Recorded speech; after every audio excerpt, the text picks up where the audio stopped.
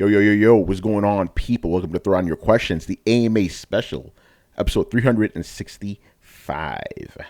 I'm your host, Tony Polanco, and tonight I'm joined by Emilio Lopez. Sup, people? How's it going? Chris Seeley.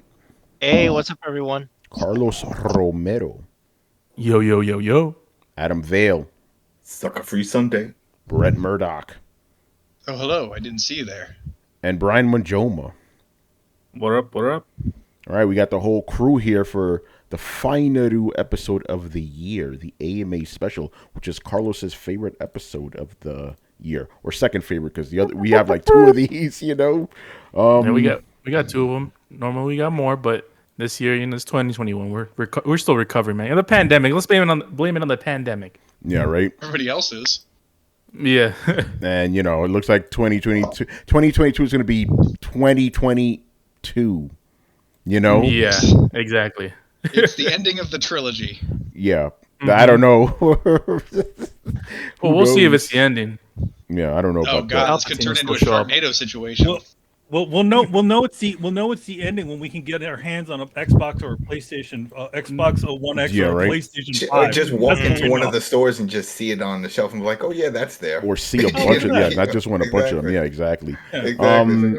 But yeah, so as we usually do with the AMA special, we just ask us a bunch of questions. Obviously, we still got some gaming stuff in here, but most of these are not gaming related, so those will be fun. Some of these got heavy as usual, so be very, very interesting. So let's start things off here with a comment, not a question, a comment. This is from one subset. He goes, I've been absent recently due to a lot of gaming. Halo Infinite, Alan Wake Remastered, Kingdoms of Amalur, Re-Reckoning, Back 4 Blood, GTA 5, and Guardians of the Galaxy. I have no questions. I just want to wish everyone happy holidays and a happy new year. Which is cool, Yeah, man. Happy holidays, holidays, man. Happy Yo, Look at this guy playing actual video games. Yeah, exactly. I was about to say the same thing. I think he's played more games than all of us combined. Except Adam. Adam's always got his beat. Adam I'm convinced has like at least 3 clones of himself. Multiplicity, like Michael Keaton. You saw how I did it. I sent you that screenshot from my fucking Fitbit thing showing I only sleep an hour and a half a day. So that's the problem. Oh man! I thought you were gonna say my Fitbit told me like how many hours I played on freaking. I would Xbox not want Live. that. I would not want that fucking setting. I don't need the reminder of that shit. I hate when I see any of those reports. Oh, when I see the emails like, oh, let's see your numbers. No, even my screen time on my phone. Want to see? No, I don't want to see that shit. Damn. Yo, can you imagine that? by the way, something's missing. It's the last show of the year, right? Am I not mistaken? Yeah, that's it. We're done. Remember, we do this every year. We didn't do our PlayStation statistics thing. Does that ever happen? Oh, didn't release that in the end of the year. Isn't that that's the beginning of the year, isn't it? Yeah. No, that's usually the beginning of the year. That's the beginning of the year. Yeah. That's Unlike Xbox, who literally got a head start on that and essentially created Xbox Home, where you could see how your history of it. Remember on the anniversary? Yeah. No, that's early next year, so we'll see. I didn't do a lot of gaming on PS5, so this is going to be very interesting. Well, that's the time of the year where we notice that Chris beats everyone. Yeah. on PlayStation, at least. Exactly. All right, man. So let's get into the first question here, which is from Subgata. All right, and we're letting some of the rules a little bit loose tonight. He has 4 questions for us. So he doesn't ask a lot of questions, so we'll let it slide. He's getting it in at the end, son. Yeah, and he's helped us out with the show, so he has a little bit of privilege. All right. First question: what game was overshadowed by a bigger release that people have yet to give a try? He goes, Shinobi due on PS2 and Shinobi 2 on PS Vita, which is still exclusive. I guess, Manny, for you would be Mad Max, right? I got overshadowed by Metal Gear, Oh yeah, that game, like, it's better than it has any right of being. I've played only a little bit of it. I still haven't actually gotten to it. I'm like, man, I'll play this. I'll play you, man. Oh, so that question was for all time? I thought it was just for this year. No, all time. All time, yeah. I say he Mad named Max, PS2 games, so, that literally had the misfortune of being released on the same day as Metal Gear Solid 5. So yeah, I'm gonna answer for both me and Adam, by the way. Titanfall 2. Titanfall 2. You already know. Yeah, You man. already I'm looking know. at a fucking wallpaper right now. I was about to switch to my shit to Titanfall 2. If I did a share screen, you'd be like, shit, really?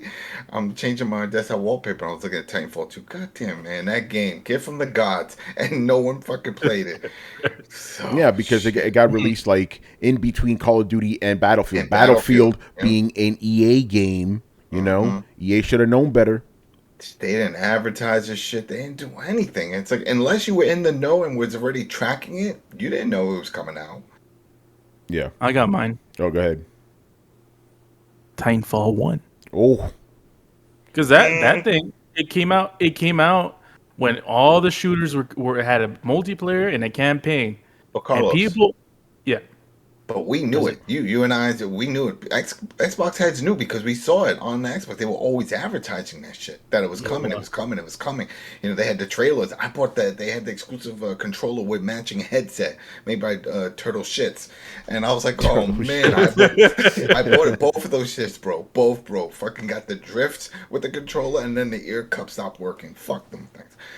But yeah, we knew. All right, keep going. That game should have been bigger than it was because people talk shit about it because it didn't have a campaign. It's like, oh, this is a multi. It's back in the day when multiplayer only games were looked down upon. This was pre Fortnite, all that stuff. So people, am I paying full price for this game that doesn't have a campaign? So a lot of people, just laid it to the ground and didn't even give it a second try. So ironic because now the new Battlefield doesn't have a campaign. Yeah. You know, Blitz says, go ahead. No, it just shows how everything keeps changing. Because remember, even before when last gen, the Xbox One and PS4, when they were announcing those, and they were like, "Oh, on Xbox, we're gonna have it. It always has to be online. Games are gonna what? Always online connection? That's some bullshit. Never doing that. Almost every game we use now fucking requires online. Mm-hmm. Yeah, Matrick was a Miss Cleo of his day. Yeah, I mean, we don't need to go into. We've gone into it before. It's the way Microsoft delivered it that people didn't like because everything they said came to fruition. All of it, Yep. But it's all in the way you present it. All right, who else? It was that. It was. Remember, wasn't there was a leak? Like some Microsoft guy sent a text or something. It was like a chat, private chat, and he was like, "Oh, those people in Virginia need to get better internet. Why something like that?" He was putting some people down, and that got leaked online, and he got fired. But then it just put a bad taste in everyone's mouth. It was like, "Oh, they're just forcing people to get better internet." Yeah, with this always online shit. All right, who else? Let's Brian. What game got overshadowed? I don't think I even have an answer for that because, again, you guys took the ones that I had. Yeah. All right, Chris, you got anything? I would say the first Beyond Good and Evil. Oh, the only one. Excuse me. There's not a second one. Yeah, the only rule. But yeah, that game, was it Splinter Cell? What did Ubisoft release? That, like, Ubisoft derailed. It was either Prince of Persia or Splinter Cell derailed it. And it's funny because wasn't Beyond Good and Evil Ubisoft? Yeah, yes, they released two games at the same time. Wow. Yep. The same thing with Titanfall too. It's the same thing, same situation. They underestimated the fact that people, when you have a high profile game, it overshadows anything. And within the same studio, they said, "Oh, hey, let's release them on the same day. It's two different fan bases." No, that's not how it works. That's not how it works. Yeah. Brett, you got anything? I mean, I have goldfish brain for the most part, so I'd have to really sit back and think about. I got one for Brett. Absolver. Okay,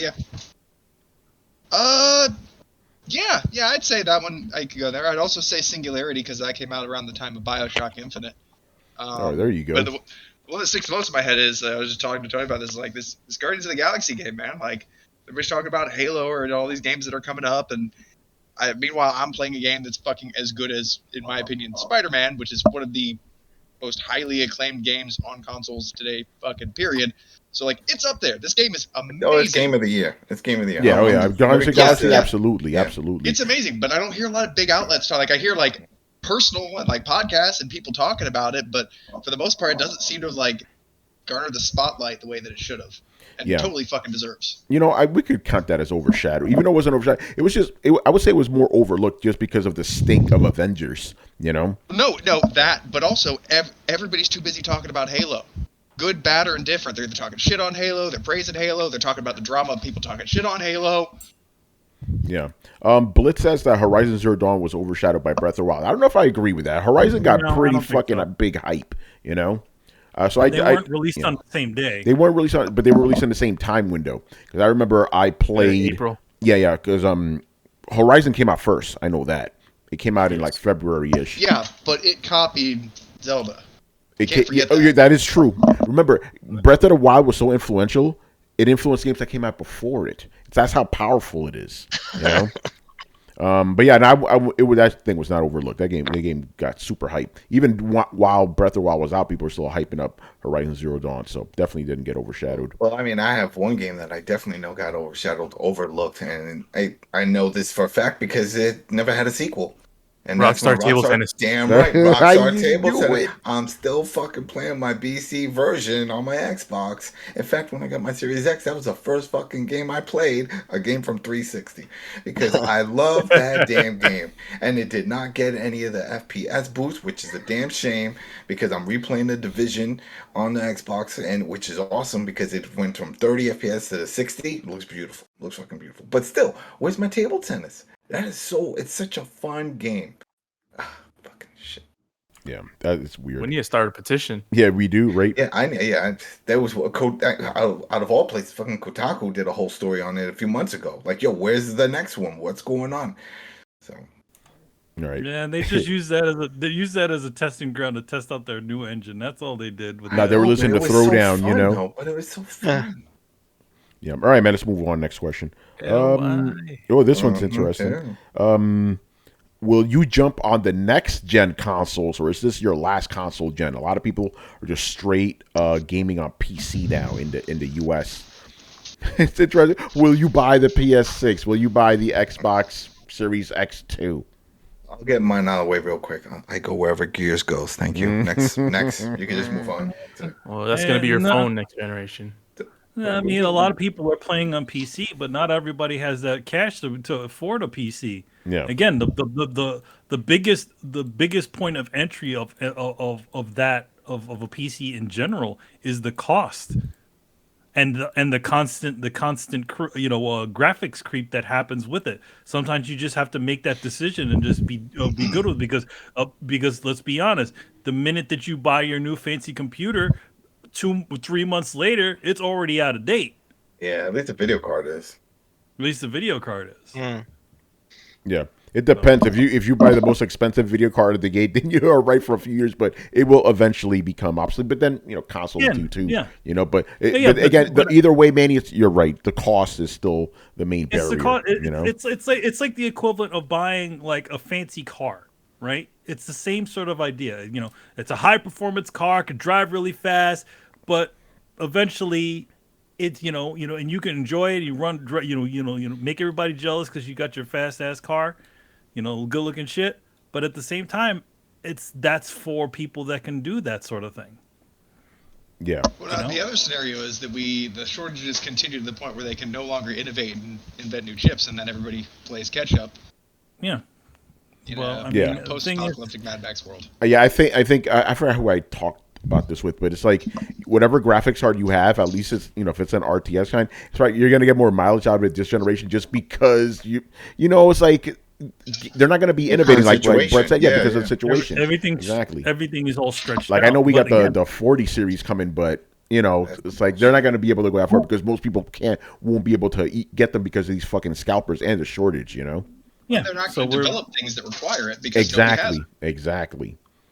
So yeah, we're because of just the way the field of the way the industry is right currently, we may not even see that much of an advancement. But does that mean that the shit won't get any cheaper either? So you're buying a year or 2 year old card because it's only for the same price as it was before. Yeah, that's right. Yeah, the prices haven't then gone go down because nobody could get it. Yeah, but I mean, if things go the way they're going, I'll probably still get a PSX just for the exclusives because right now my thing is got a PS5 for the exclusives, PC for everything else. Right, that's pretty much what I'm doing now. So I think next generation will probably be the same deal, unless and I don't we discussed I don't see this happening unless Sony puts their games day and date on PC. If they ever do that, which I don't think they will, then I'm like, nope, don't need a PlayStation anymore. I'm done. But until that happens, I will be getting the PlayStation and upgrading my PC. But I don't think anybody here is going to give up consoles entirely, right? Well, Brian may. No. Brian may be the only one. I mean, he no. Oh, really, Brian? I thought it was going to go on the eBay, man. I thought you would said I'm done with this PlayStation shit. I can't really give it up purely because I have friends that play on consoles. So if I want to play with them, then I need to have a console. Either way. But if all of them all went to PC, then yeah, I'd have no point. Like, again, the only games I play on my PS5 are games that came out on PSN for free, or GTA 5 or Call of Duty, and that's it. And exclusives, obviously. But even then, like, the last one I played was, I think, Bloodborne. So it's a thing that I don't play, and even when I play it, it's so very rare to the point where it's just getting dust. Shit. Not as much dust as my Switch is. I'm not gonna lie. No. The Switch, I actually forgot I had a Switch at some point.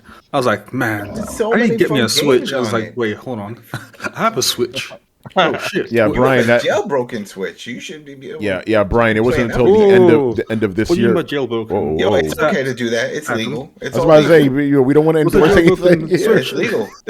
It's legal. It's his own. He voided his warranty. Nothing wrong with that. I have no idea what Adam is talking about. I think jailbreak almost all my shit. I'm looking at this PS4 thing. Whoa, now. whoa. The statements of Adam Bale do not reflect the previous. Yeah, Damn, you make it seem like it's against the law. It's not against the law. As a reviewer for a game site, I think you should refrain from any further conversation about this, Adam. Yeah. Oh boy, I it's on the site. I even did tutorials. So. And the feed's been cut. Yeah, somebody hit us with the disclaimer real quick, man. Yeah, we just need Adam's statement. Views and opinions. I didn't promote it. Right. I'm just saying. No. You can do it. You're allowed to. We don't talk about Fight Club, buddy. Yeah, we don't. Yeah, exactly. All right, man. Let's move on here. Another question from Mr. Subgate is, right, do you actually see Kojima working in some capacity on a Metal Gear Solid game with Konami? Nope. No, That ain't happening. No. he ain't going back, buddy. That's it. Over. It's If any- over. You will see, if anything, you will see his Metal Gear aspects in games that he already did, kind of like Death Stranding. He can sneak around in that shit and do all that stuff, but he is not going back. Yeah, just like Bungie ain't going back to Microsoft, Yeah, That's done. just like Bungie ain't all of a sudden going to be developing a Halo game as much as everybody wants them to. Yeah. No, So don't correct me if I'm wrong because I haven't played the last couple Metal Gears, but is there really even a whole lot of story left to explore in that franchise? no, we're kind of It done. felt like it was about to jump the shark. All it would be retreading ground of stories that we already know. People say they want to have the game with the boss in it, or the Liquid Snake game. I mean, at the same time, it's like, do we really need to? Do No. we need to go down that road? We We're already done. know what we need to know. It's over. Metal Gear So Solid 5, as much as I like the game, kind of proves, yeah, we don't need any more of these. We're good, To be We're honest, it was on borrowed time after Metal Gear Solid 4. Yeah. You knew all the stories, you knew where everything connected. Peace Walker and 5 are just, are essentially, Peace Walker, Ground Zeroes, and of the Phantom Pain are just like additional explanation points to a story that we didn't really need to know. Yeah, exactly. So, yeah, Kojima won't go back, and we don't need him to go back. We're good, I actually disagree. Uh-oh, Brian. Oh, excuse me? Oh, And I disagree for a reason that you guys won't even be able to argue with. And the reason is, depends how much Konami pay him. Like, I'm pretty sure that if Konami comes up and says, we'll pay you like $1 billion to do a Metal Gear Solid game, Yeah, they're not doing there's a that. chance that Kojima will say yes. Kojima compared to the idea of Sony giving him money to do something, I think he would much rather get Sony money than Konami. You got to understand, If somehow Konami magically- itself isn't happy with Kojima either. You know. Yeah, Yeah, but like, again, it's like a hypothetical. Like, and that's like the only thing I can see that he would come back is if Kojima is if Konami paid him enough that he would just say yes, I'll come back for that amount. This is what I see as a. I don't think it would be Konami. I would think it would be Sony. You essentially leveraging their own budget and essentially using, essentially pulling, not buying the Metal Gear franchise, essentially using that as a bargaining chip to make this thing exclusive for Kojima. But at the same time, I don't think Kojima wants to go back. I don't think he can. I don't think he's been trying to leave since Metal Gear Solid 2. You know, yes, he's remember? been like Metal Gear Solid 2 was supposed to be the end of the Metal Gear franchise. Now you got to think about that set. And even 3 was supposed to be the end. 4 was supposed to be the end because they kept on saying, we want you to do this stuff and we won't let you do the things that you want to do. He's been saying this for years. If you want me, if you want to see me develop other games, tell Konami. Yeah, exactly. That's kind of ironic then that everybody, so many Konami fans are still clamoring for Metal Gear games, even kind of knowing that. The creator doesn't want. Yeah, it's weird. It's like they know the history here. Like Kojima's been wanting to get out for years, and they want him back. Yeah. So yeah, it's odd. So he's that's why he and every single time he stepped away, he always had to come back and save it. So that was Metal Gear Solid 3. He had to come back and save it. For 4, he had to come back and save it again. Yeah, even with Peace Walker, he's like, "Oh, I got to do this too now. Got to do this too." Yeah, every single time. So Yeah. I think he wants to really escape the shadow of the thing that made it so well known, and just sort of developed his own things, and that's what Death Stranding is, or whatever the hell he's coming up with next. Yeah, exactly. I feel like a really and this will be quick. I feel like a really important milestone in his career and his life was creating his own production studio. Yeah, and I don't think he'll just come running back to daddy's arms after doing all of that. That's done. That's done. No matter what direction this takes, I think he'll take if he makes failure after failure after failure, he'll still stick with that rather than go back to back to formula again. Yeah.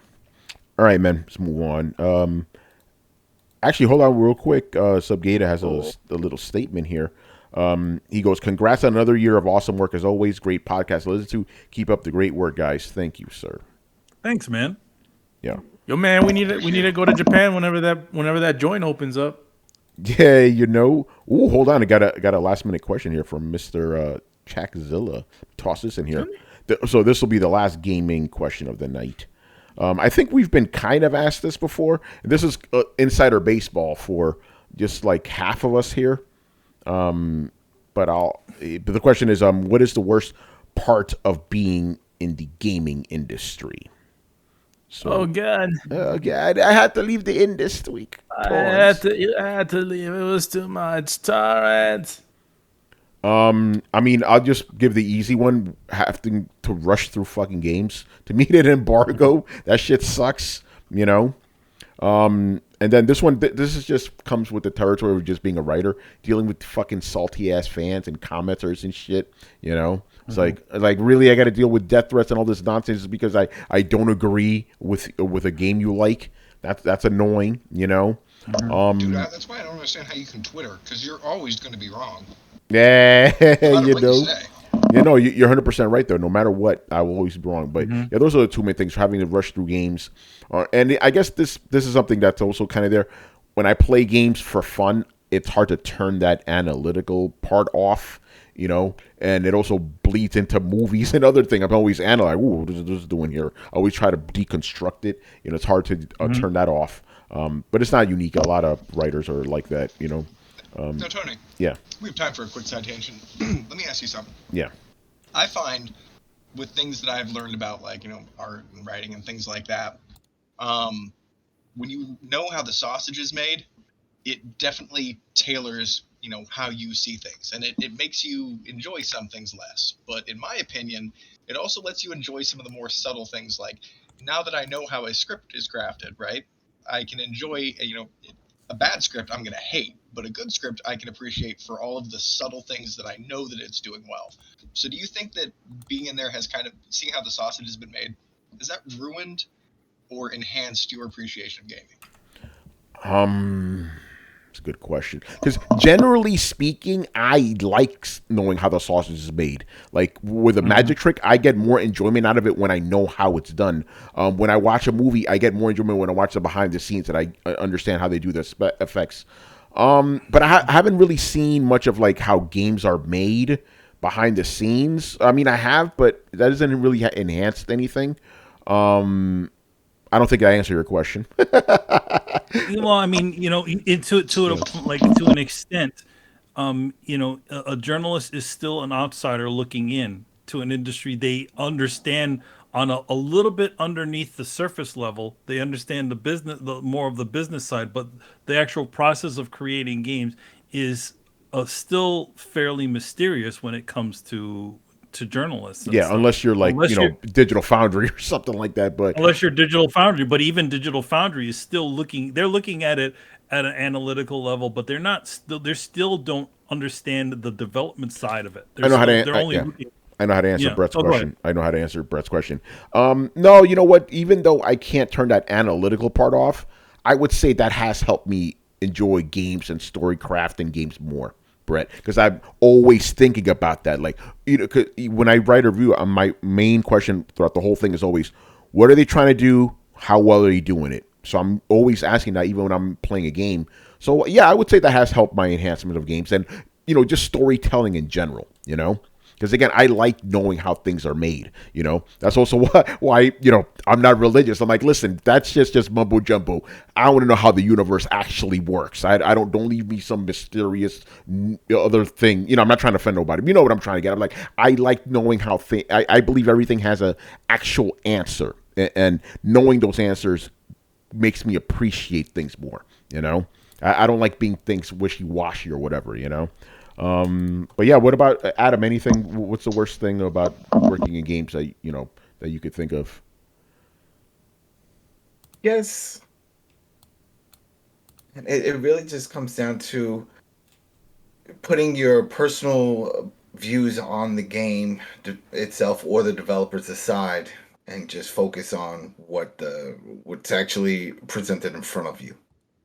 As opposed to, like, for example, like let's say the Activision situation, and you push all that other stuff aside, and it's like let's say if they produce a certain game, it's like, wow, this is pretty good, but then during a certain climate and the discussions going around, people will be like, oh, why are you doing this? Why are you supposed to be hating on them for this shit?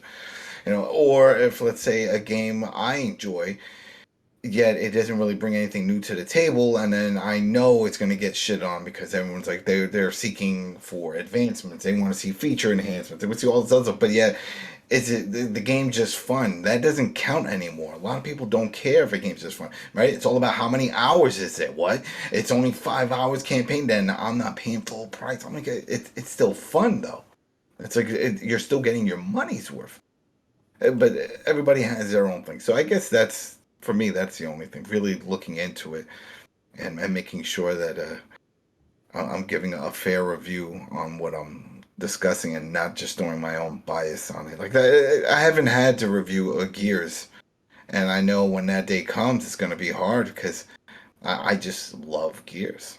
I just love Gears. Even if it's going to be a bad one, it's going to be something I know I'm going to enjoy because the formula never changes. They never steer too far away. Yeah, they add stuff, but they don't go too far to the point that, let's say if it turned into an FPS or something, it's like, oh shit. Or even that Tactics one, that's a spin-off. That's not a game element added into Gears proper. It's like, oh, this next room you go into now is just going to be an RTS. Get ready.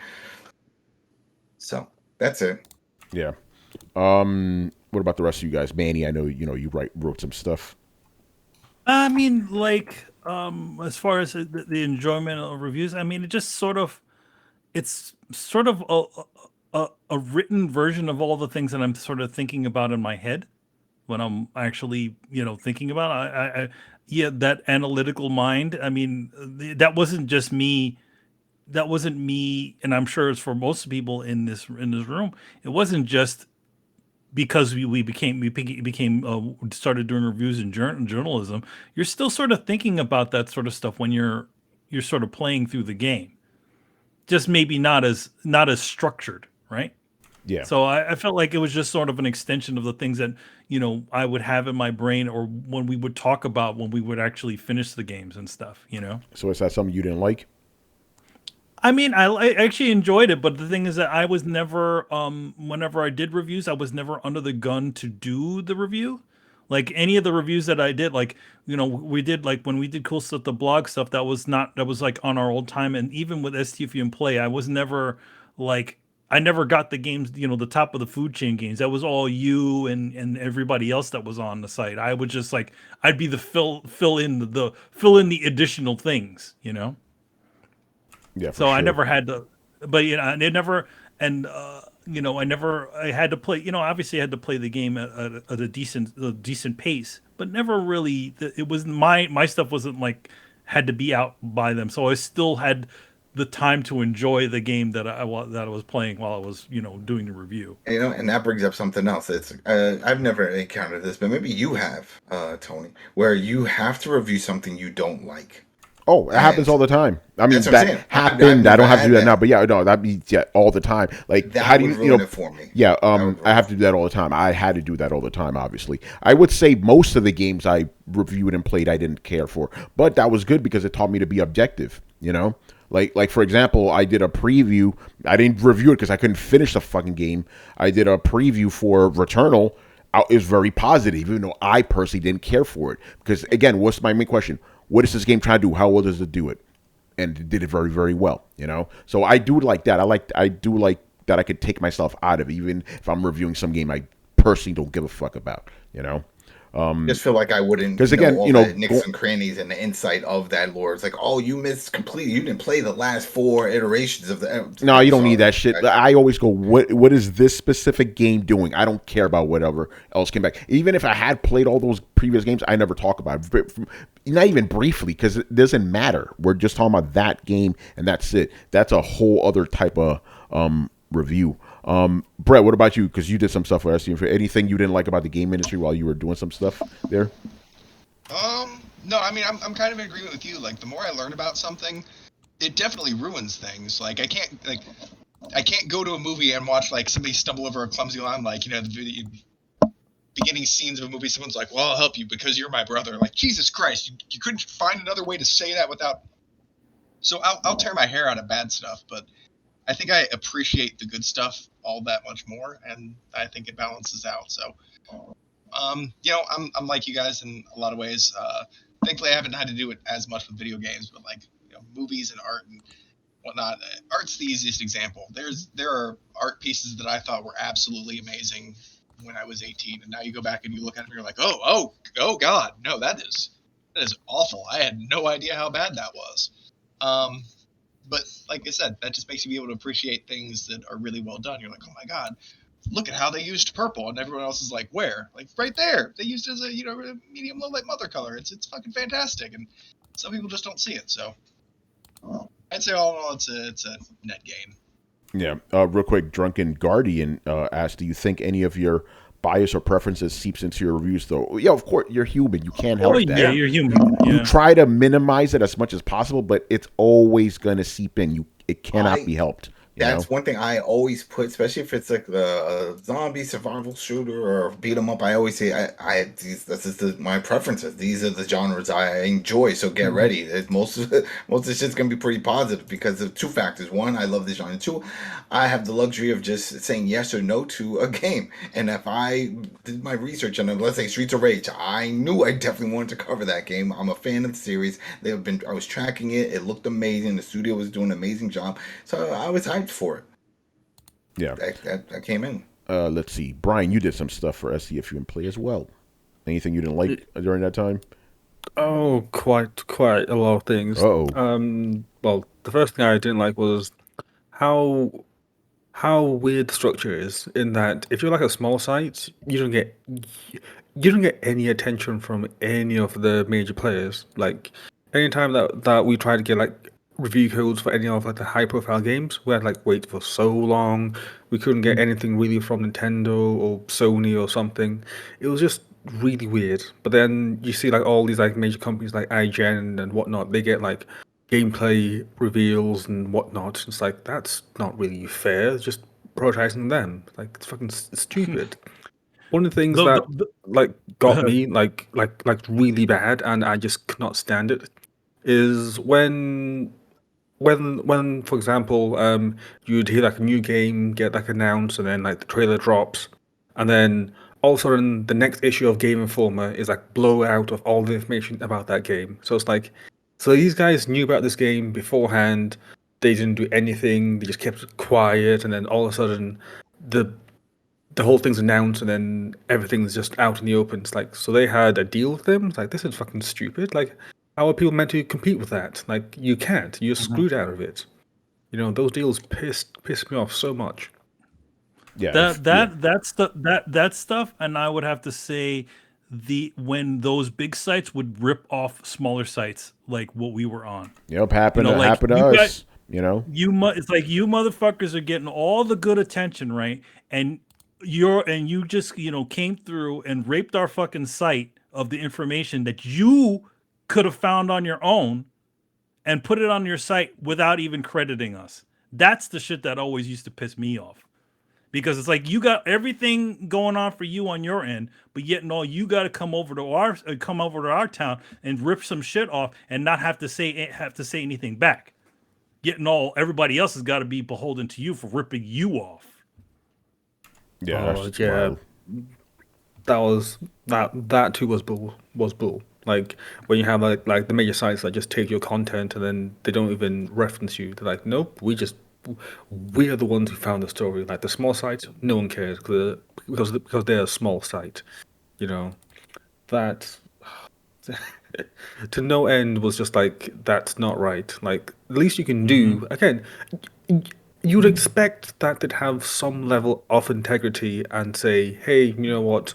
I'll be fair, I'll be just, and say, okay, this is the source, I credited this person, blah, blah, blah. But no, they don't do that, like, so many times. And it's like, come on, like, you expect them to do that. Like, you expect that to be, like, the bare minimum, like, even as a footnote or something. But no, sometimes they'll just take what you have and write it themselves, and then just, that's it.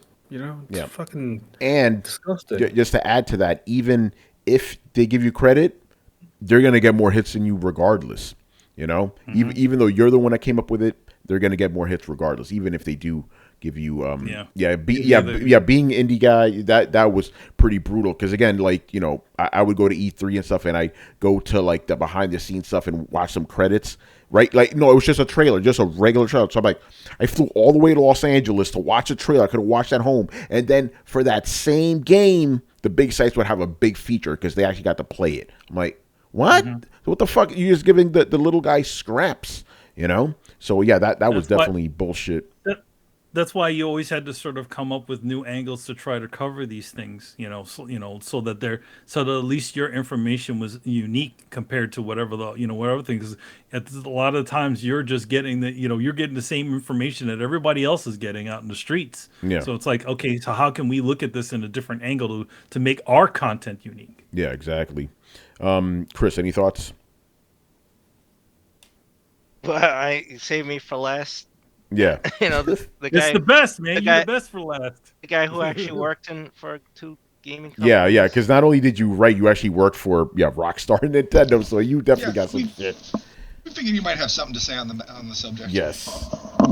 And Chris, I don't like this hubris. They're saving me for last. Yeah, well, Carlos. Well, you did some stuff, Oh man. I'm joking. Yeah. All right, go ahead, Chris. Yeah, what you got? It's tough on the other side because, well, not at Rockstar, but at Nintendo, they didn't really want to hear competitive research. That's what I would call it. Whenever you bring up like, oh, Sony's doing this, or Xbox did this with the store, or they're doing these deals or whatever, Nintendo, they didn't want to hear about that shit. They did not want to hear about that. They don't look outward, and it's weird because you have to be very careful about what you say, and obviously, like I couldn't do the podcast at the time write or do anything. You just like you can't do that kind of stuff moonlighting. At Wouldn't Rockstar, return my phone calls. Rockstar they were a little more open, but I mean at Rockstar was this working in there was hectic. It didn't matter what you were doing. Like, I mean, I felt bad because the game testers were in New York, the QA guys, and they were working around the clock. Those guys would be there when I came in, and they were there when I left. Even if I work late, they'd be there. So that was nuts. And even there was times I'd have to come in on the weekend. The Rockstar's motto was every day was a publishing day for the web team. So you didn't have a weekend release, so that was kind of tough. Writing was it's enjoyable, getting to go to E3 and get to see the other side of it, and not having to worry. You're not constrained by like, oh, I can't say certain things, or I know something. Well, I mean, unless it's embargo, right? But that's different deal. You're more open to like judge a game, and if it's good, you say you speak your mind, and if it's not good, you could say that, right? You're not marketing, you're not selling anything anymore. So Yeah, you're there specifically to give your opinion. Yeah. so that's my thoughts on that. All right, good stuff. All right, move on here. Hold on, let me set up the next question. Actually, Tabita did ask us a quick question about an Otanime. If we're gonna do it on Twitter Spaces, I don't know about that. I mean, you know what? The one thing about Otanime though, like, being that we did it at the time that we did it, a lot of that stuff is all evergreen. Yeah, Like when we originally launched the second iteration, which you can find on YouTube currently, those shows when they initially came on did not get any numbers, but for some reason, after the fact, all those shows have gotten very good numbers. yeah. Because we're literally talking about things because as soon as those things pop up on a Netflix or somebody, like it all comes right back over again. It's interesting. Yeah. All right, man. Move on. I think we got who we got next. Mob Hits. All right, Mob Hits. You're in the chat right now. We are not going to answer your first question. You're crazy. You're trying to get us in trouble. He's asking those controversial questions. Yeah. He asked us who our favorite adult actor is. Like, all right, bro, you got to chill with that. I can't. I don't know the names of these people, bro. I don't even know the names. Yeah. Of them. Yeah. Ruby Rotten, and she retired. Name a few: Denzel Washington, Michael B. Jordan, Bruce Willis. Yeah, they are adults. They're all adults and actors. They're all adult actors. What are you talking about? Yeah. He didn't use the word adult, by the last way. week. Yeah, he didn't use the word adult, by the way. Just getting that out there. I will say this: I went to school with one of the most famous ones. Oh, really? Oh. Did her name rhyme with Gray? He does Nope. Dallas. Yeah, all right. We don't talk about that. He does Dallas. Oh God. After show. All right, yeah, we're stopping right now before we get in trouble here. All right, so his first question is here. If you could invent a device or peripheral of any sort, what would it be, and what would be its purpose? I guess Adam. the suit. That bodysuit, that fucking bodysuit, man. A full VR bodysuit, so with the sensors for the chest, the front, the back, fucking liver shots. You name it, that'd be awesome. I would love to have one of those. Something that we seen like in Ready Player One. That would just be dope. I want it. That's what I want. Yeah. For me, personal teleporter. Anywhere, click that shit anywhere on Earth. You would have to die. You would have to die. Why would I have to die? Because it can't teleport your soul. It does on Star Trek. That's the most fakest shit on Star Trek. You act like the soul is. Yeah, you're acting like a soul's a real thing. But think about it. It's like, I gotta be at work at 9:00, right? At 8, I'll wake up at 8:50, right? Do my thing, and then at 8:59, click, I'm at work. Here's the crazy thing. The thing that they always seem to gloss over, that somehow they're able to transmit DNA and data through the air. I'm convinced they fucking clone you. They clone you and they destroy the original. That's what I think. every time you do it. Yeah. The horrifying thing is you get torn apart from at like a molecular level. It's the most painful thing ever, and then they just clone a new one of you that didn't even remember that bit. Yeah, right. That's it. All right. Well, So That's every why you time can you have- every that's why time you you can teleport, you're like, wait, this is what this is. That's why there was 2 fucking Rikers on that one episode. You remember the one that got stuck on the planet and then the one that got there? Yeah, 'cause How there the was- fuck does that happen? Because Yeah. it forgot to kill the other one. Yeah, there was You're a just there was a prestiging malfunction. yourself, motherfucker. Yeah, exactly. Yeah, because it Just just to stores kill your it. data. You know. There you go. All right, Manny, what would you invent? You know what? I'm not into teleporters, but I'm into Stargates. Ah, See, now Stargates, those specifically are doors that go to another dimension, Yeah, another pulling your place. entire body. Yeah, you're just Wormhole. You That's a walking, whole you're just different walking thing. through. You're walking through. So, like, yeah, I'll do the Stargate. all right, there you go. Fuck transporters. You know, even though Stargate could kind of be doing the same thing too, ripping you molecularly and assembling you somewhere else. No, man, man. no, They just they- put you through a wormhole. Yeah, Yeah. you just go through a wormhole. You're not, Or you you're get not really spaghettified and then put You're not together. You never know. dematerializing and rematerializing somewhere Yeah, else. you're Yeah. not getting spaghettified. Nope. Yeah, No, it bends space, not you. yeah.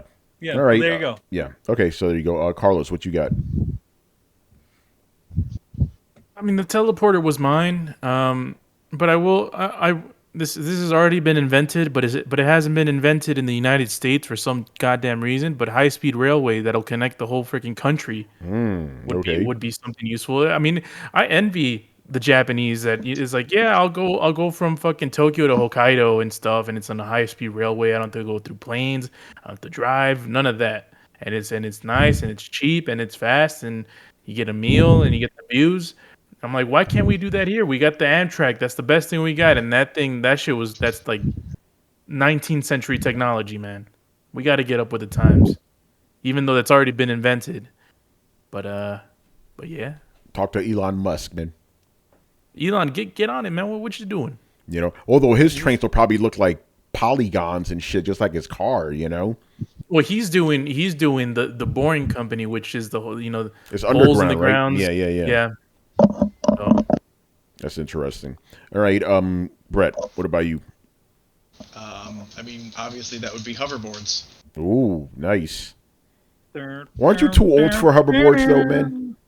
I mean, you're never too old to die on a hoverboard. Oh yeah.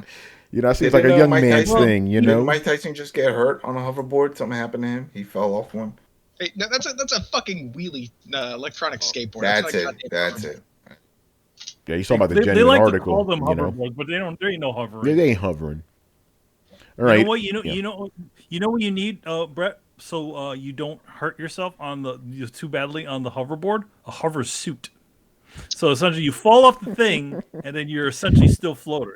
You know, see, I always just assumed that it would be kind of like a snowboard where you're like, strap your boots in, so like, you can hover and fly upside down and shit.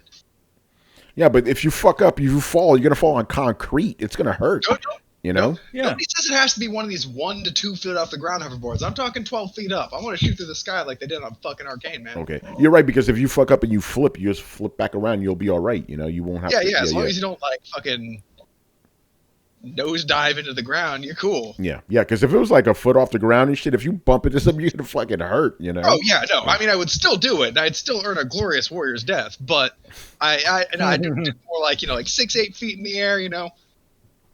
Yeah. That way you can not get hit by cars and shit. There's all kinds of shit. You get above that 6-8 foot mark though, you're good. Yeah. Most of the time, you're pretty good. Yeah. By the way, this is how old men speak about hoverboards. We were younger and shit. Yeah, hoverboards, man, we crazy, man. We flying around everywhere. Now we're like, yo, you're gonna get hurt, man. What is it? How do we safely invent hoverboards? Oh, I'm glad we don't have flying cars. Could you You'll imagine be that shit? dropping from the sky all the time. Forget it, dropping, banging into fucking skyscrapers. You're on the 16th floor. We're safe here. Fly right through your No, living it room. will go into your house. Yeah. it would. Yeah, In your no. bedroom. Imagine we're doing a fucking podcast over there. It's just fucking Well, I mean, cracky like shit. jet flight is considered the one of the most safest modes of travel, right? But they still fucking crash. Actually, here's the thing. Here's the thing. Airplane travel is safe. Jets, Yeah, or like I mean, private airplane aircraft, travel. that's a different story. Private aircraft fall down all the fucking time because it's just, regular dudes. Imagine that with cars. Was it? I think it was You know, Fifth Element. with Harrison Ford constantly crashing his planes into different things. Yeah, like a commercial airliner, those are safe. It's the private guys that are the problem, you know. What are you talking about? I know how to fly a plane. Get Also, off my there are- plane. There are no Right, fender Chewie. benders in flying cars. There is only catastrophic death. Yes, exactly. All right, Brian, what would you invent? I have two answers. I guess I'll go with the one that I like the most. A shot collar that's activated when you lie, and it is placed on all politicians as long as they are in office. We wouldn't have politicians then.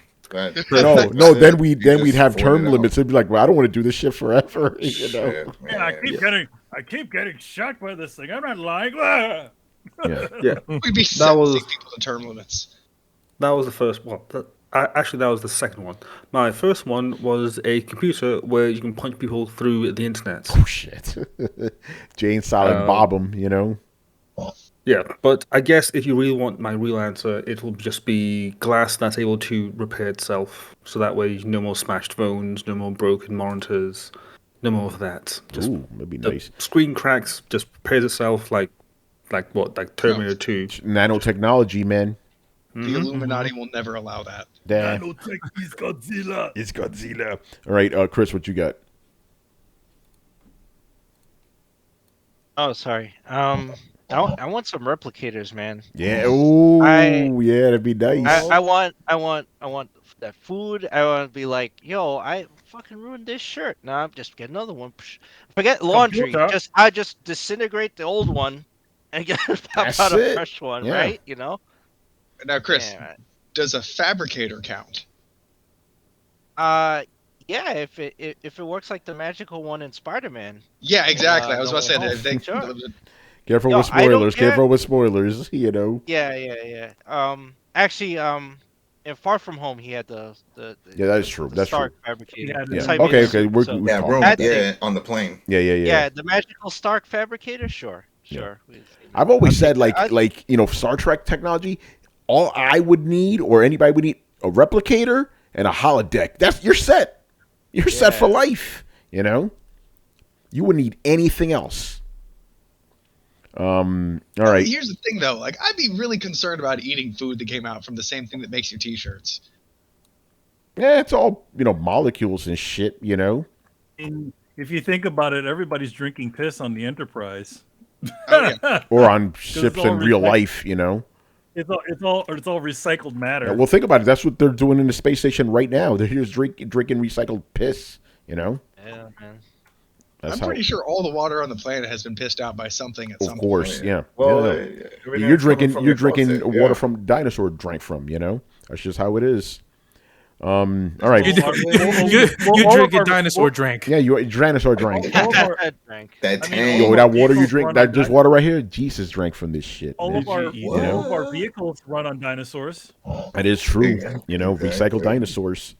The next time somebody says that they didn't exist, they weren't in the Bible, like Recycled Yeah, look at dinosaurs. your car. Look at the. At the end of the day, we're made of dead stars. So This is true. Jay Shep goes, bro, a holodeck. My family wouldn't see me for weeks. With a holodeck, you don't need a family. You have them in the holodeck. oh, dude. You know. It's like I saw Well, you. that's it. A holodeck, man. That would, you know what? That's my other answer. A holodeck, a real one, Star Trek one. You know, I'd Then be you chilling. fall asleep and you forget you're in there. And you're Yeah, stuck hey, in the it wouldn't loop. matter. You don't It know how wouldn't- to get out. Yeah, it wouldn't matter. I'd be happy. Like I'll just live here for the rest of my life. They got a replicator in here too, right? I'll be good. Yeah, you you're know. gonna piss and shit on the floor because it's not. Yeah, you no, know but what I mean? it'll It's not real. get You don't really recycled. go to the bathroom. You know. You're not really going to the bathroom. Yeah, that is a good question. Like, what if you shit in the holodeck? It stays there. You step on it. Yeah, but know? you're in the holodeck, so you can't smell it. So You can't smell it. win-win. Yeah. You can smell the shit. Can you Does things on the does holodecks create smells? Yeah, I don't think they do. I don't know if they It's- never. it's Chris, did they supposed answer to that? because- Yeah.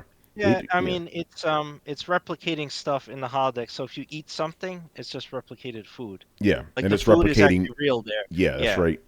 Replicating So matter. it would be it does have a replicating smell. like molecules of like like smell or whatever. Yeah. So yep, Yeah. that could work. Yeah, magic And- technology. Yeah, and they actually in something recent they answered like the holodeck has like waste containment. So yeah, if you piss and shit in there, it does go somewhere. Yeah. I need to go to the bathroom, Mr. Data. Yeah, if you replicate a toilet, it just beams it into like a receptacle somewhere. Yeah. What is Well, that? there- Hard You life know what? It reactions sounds or like some. something like that? What's the quasi science behind that? I want to see Star Trek Lower Deck cover it. I think they would do a good job. They did. They showed did? her That's cleaning what I it, was- the thing. She Yeah, was they cleaning did. it. That was it. She was cleaning it. She had holodeck waste disposal. Yeah. And That's it's- right. That's where the right. shit goes. Yeah. She was like, "That's right." All right, man. Move on. That was fun. Okay. Remember how we were asked what video game world we would like to live in? This one's a take on that. What anime world would you like to live in? Oh. Oh. That's I mean, easy. because I want to live in one of the worlds from one of those slice of life animes where nothing's going on, everything's normal. No crazy shit's going on. No evil empire trying to take Yeah, no over the demons trying universe. to. Yeah, none of that shit. Dude, I want to go to My Hero Academia because there's like a 99% chance I get sued. Yes. Thank you, Brett. See, Brett and I will just be best buds there. I guarantee it. I mean, Oh, you which just power, that's- which that's power like- would you want? That's like saying you want to live in the X-Men universe. It's the Yeah, same but- thing. But then, Yeah, I mean, yeah, but then like, there's less prejudice there. So Yeah. yeah, you can make it into a career. You get a free superpower. I mean, hell, even if you get like a lame superpower, it's like a lame superpower I don't have now. So Like, be like, oh, cool. So Douglas it's my Ramsey. same life, except I have the ability to open a soda can from 12 feet away. Dope. Nice. All right, Manny. What about you? Well, I would say one of the Miyazaki worlds, but a lot of his worlds are all post-apocalyptic or have some sort of environmental disaster. They Like look happy, but Ponyo. they are not. Huh? They all look happy, but they are not. No, they're not. I mean, friggin' what was it? Nazca is a post-apocalyptic world. Castle in the Sky, that's some other crazy fucking fantasy world that some shit Yeah, is happening in. fantasy shit. All of his worlds are all sort of happy-go-lucky, but also fucked up at the same time. So, jeez. Yeah, you know what? I'm gonna say one of the slice of life shows because there's nothing going on. You just have two people like falling in love or some shit, and then you can just go about your day. Except everything looks really nice, Yeah, You yeah. know, The food looks really good. and the you know, food looks really good. There you go. But that's the thing. Okay, it's like I live in the slice of life world, but I'm still in New York, so I don't even have to see the Japanese stuff Well- going on. But my world will still be nicely animated. Yeah, you like your slice of life world would be like it'd be like hyper realistic. It'd be a really nice looking version of New York. Probably would Yeah. there wouldn't be there would be bums, but they wouldn't be as smelly and stinky as real bums would be. They'd be like they would be like I can't remember the triplets of I can't remember the name of the anime that they did, but yeah, the bums didn't look nearly as horrible in that. That's making my answer even better because I'll still live in New York, but it'll be nice looking, really nice looking. So yeah, Like, that's the depth of field in this world is banging, yeah. son. Like man, let's go up to the roof. The sunset is crazy in this world. The only thing you would notice is though when you would drive around in cars, all the environment would just look like flat, flat Yeah. paintings. Yeah, going no, I'd be over like, each what's other. with all these CG cars, man? Look at all these CG cars, man. Yeah. What about the disproportionate amount of bullies and street toughs in those? Oh yeah, that is What the- true. But I'm an adult, so I'm Well- okay. But you're right, Brett. You're right. If I was a teenager in that world, I have to be careful. I would have to be very Yeah, careful. because Some bad shit would because happen. Then you have some guy going, "Rah, rah, rah, rah, rah." Yeah. So and I'll still be an adult, so I'll be okay. Oh man, but yeah, right. You don't want to be a kid in a slice of life show because you're gonna have it very tough. Yes. Right. Carlos, you already said My Hero, right? Is that yours? That was No, mine. that was Okay. that was Brian and Brett. Okay. What about the you, double Carlos? Bs. Yeah. I would say slice of life, but if I want to get adventurous, I would shout it to Subgata. I think I would do One Piece. No 'Cause shit. you yeah. do have the you do could have be a like the swashbuckler. I could, and I'd be the I could have powers potentially, but I would be able to swim. But other than that, having fun, pirate adventures, hang out with a really strong crew, and you'd be good. Yeah. No, mighty nerd. No, I would not want to live in the Berserk world. No fucking Oh, way. Berserk, yeah, Oh You're no, crazy. that's not- horrible. Yeah, Oh. no, you're That's- crazy. With our lucky, we probably be get eaten up by the Bailiff or some sort of evil demon that came from the other dimension. Yeah, what anime world would you not want to live in the most?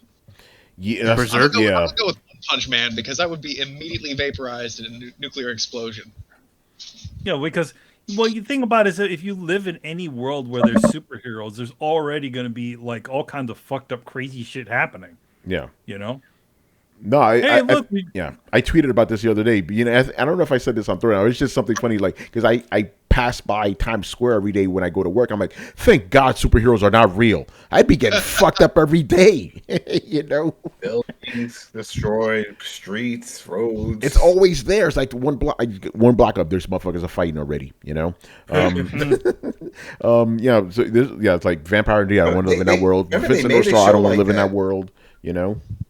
Actually, you know what? I wouldn't mind living in the Street Fighter world because I'd just be watching this shit on TV. yeah, I mean, you just see some random Street Fighter fight we get in the street, like, yeah, go Ryu, and you'd Yeah. be like, Yeah, I'd be the background. Screen 3 animation. you'd be the Yeah, I going in the just- background, like, I'd just be like this the entire time. na, na, na, na, na, na, na. Yeah, you know what? I want to live in the Street Fighter world so I could be the guy in the background with the chickens. That'd be good. You're doing your job. Yeah. No, actually, no. Tony, why are you in China?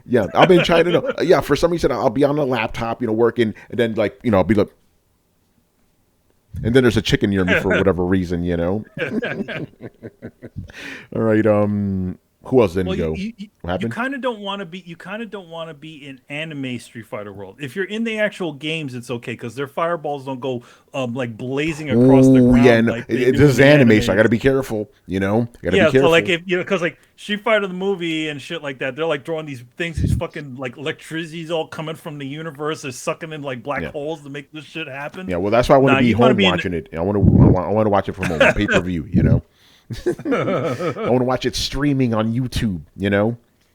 Definitely not the Dragon Ball Z world either. 'cause there's No, always hell some sort no, of no. There's horrible always some stuff crazy happening. shit going on. Although I like the technology, the capsule shit. That's another cool invention if you think about it. It's like literally anything that's a fucking capsule. Yeah, but only one person, like only one group makes that. It's not like widely available. It's I still, thought like, it was. experimental I thought it tech. was widely available. Or am I No, wrong? it's experimental tech. Oh, they're It's hoarding capsule. that shit, man. Oh, that's fucked up. Oh, you gotta go to Capsule Corp and slap Bulma. Yeah, that's not good. Not good. Not good. Give me that shit. All right. Who else didn't go? Anime world you want to live in? Man, I didn't go, but I was trying to think like, oh man, do I want to live one of the with the future tech ones? I realized like Miyazaki shit, most of those end up in an apocalypse before civilization came back, so I'd still be killed. Like I was like, oh, I could live in Macross. Oh wait, no, No. like 3/4 of the Earth died before they Yeah. built that shit. Yeah, So, no. Chris, it's funny. The first thing I thought of was the Gundam. I'm like, oh, actually, no. There's Oh, war yeah, and yeah, shit yeah. going on. I don't want to There's live through war, that. Yeah. Yeah, It's fuck fucking Yeah, that. and colonies trying to you- kill you. Either on Mars or Earth, you're still fucked over in some way. Yeah, Yeah, yeah. yeah. Like, no, I'm good. I'm Oh, good. Yeah. No, I need like an anime about like I don't know, fucking it's just like sewing or something like where it's safe. I'm telling you, slice of life, man. Yeah, Slice of life or one of those food animes. yeah. It's just all about Ooh, Like yeah. even Food Wars, yeah. At least there's yeah, you get some food. Yeah, I want to live there. I could do like Cowboy Bebop. Yeah, it's mostly lawless kind of frontier kind of thing, but unless you're, I mean, looking yeah, for the you troll, could- for the most part. you A lot could of live planets in- aren't too bad. Because if you think about it, could like the live regular people in that world, they're living okay. There's no Yeah, you tyrannical could- government I mean- or anything going on. I mean, yeah, there doesn't seem to be. I mean, other than the syndicate, which is a giant like thing. But what are the chances of you being involved Yeah. with the syndicate? Well, think Yeah, about it like yeah. this, right? We all grew up in New York with the mob and shit. That didn't affect us. Yeah, you that know? didn't affect us. Yeah, so yeah, that'd be No, fine. I mean- Yeah. Yeah, I like that. A good choice there. Adam, do you? And- you don't? Yeah, Adam, you don't watch much No. anime. Do you have anything? No, that was just it. I was just gonna say Cowboy Bebop. That's the only one I really watched, and then recently watching from the series, I was like, yeah, some of these planets aren't too bad. Nothing's going on. People just living their life. I like '70s music and stuff. So yeah, let's bring that back. All right, there you go. I mean, the one thing about it is like, they obviously they fixed the jump gate problem. Granted, Earth is kind of post-apocalyptic, but it's pretty much nobody lives on the surface of Earth. Everybody lives underground because it's constantly getting hit by meteors. I live and on shit. one of the colonies, like Ganymede or You something. live on one of the live on the colonies. Hang out with Heavy Metal Queen. Yes, Yeah, well, Earth was also slowly abandoned. It wasn't like a disaster made everybody leave. Everybody just kind of abandoned it. Well, you either abandoned it or you moved underground, and that's what Ed's dad was trying to do. He's trying to predict, try to get people back on Earth by trying to predict the meteors that come and hit the Earth, but there's no predicting it. Yeah. All right, man. Good stuff there. Moving on here. Last one from Mop Hits. Okay, do you think the only reason the recent Spider-Man movies have been successful has been because of the MCU and not Sony? Here's the thing. Even the Garfield movies were successful. There have been no successful Spider-Mans. They've all been successful. Yeah, you know what makes them successful? Spider-Man. The title, Even the worst of the Spider-Man movies did stupidly well, which was Spider-Man 3. Yeah, Spider-Man 3. I mean, can we define successful here? Yeah, successful is money. That's what I'm using as success. Okay. Because critical success, I would not say that the Garfield movies really hit. No, they did not.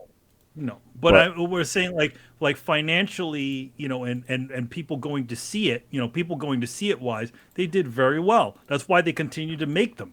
Yeah. Yeah, but I would argue that, like, in terms of critical rating and how good they are, like, yeah, they have gotten better because it wasn't just Sony. Like, I don't even think that's opinion. Like, Marvel consulted on the movies and they helped get their shit straight. I could agree with that. I could agree with that.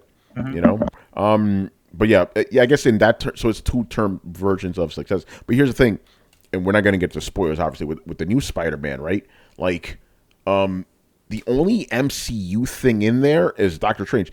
All the callbacks are all to all Sony movies, So yeah, but they still have a Marvel coach there. Like, Sony didn't really seem to understand the tone or they're trying to hammer out a lot of things with Spider-Man that they kept trying over and over again and not really hitting gold. And then when Marvel came on to consult for them, they seemed to kind of get a beat on this is what we want Spider-Man to be. So I would, the direction of Spider-Man, I do give props to Marvel for that. I think the weird thing is, go ahead, Brett. You finish. The weird thing is what? The weird thing is, Sony made Into the Spider-Verse completely on their own, and that movie is phenomenal.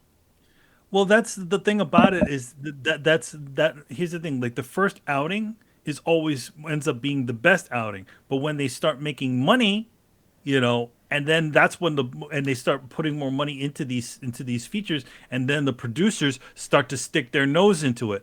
What made Sam Raimi's Spider-Man so good is because they left him alone to make his own fucking Spider-Man and movie. Then what happened with the third one, Same thing with Spider-Man 2, but then what happened? Spider-Man 3, Aviara is like, we need to really put Venom in this. Yeah. And Sam Raimi didn't want Venom in that. He said he was very vocal. Like, I don't want Venom in my movies, but he was forced to put him in there. They were saying that he constantly kept on they're like, we need to up the ante. We need to up the ante. All right, we'll put the Vulture in this one. No. We don't want to put the Vulture in there. We want to put Venom because kids like Venom, and we can make sequels and shit out of this. That's the problem. It's the Wild Wild West Spider problem. Once these things start making money, then the producers start to stick their nose into it and saying you got to start overwhelming the movie, and that's when shit starts to go hit the fan. So hopefully, so far it seems like they made the movies with the Homecoming movies. They seem to make the movies that they wanted to make, and people seem to like all of them. Yeah. So by the metric, yes, being with the MCU has helped the Spider-Man movie because they are say what you will about them, they're focused now. We know what we're doing. So that's a good thing. All right, moving on. Next question. This one's also about Spider-Man's. This one's from Eurocar. Who is this? Who is this?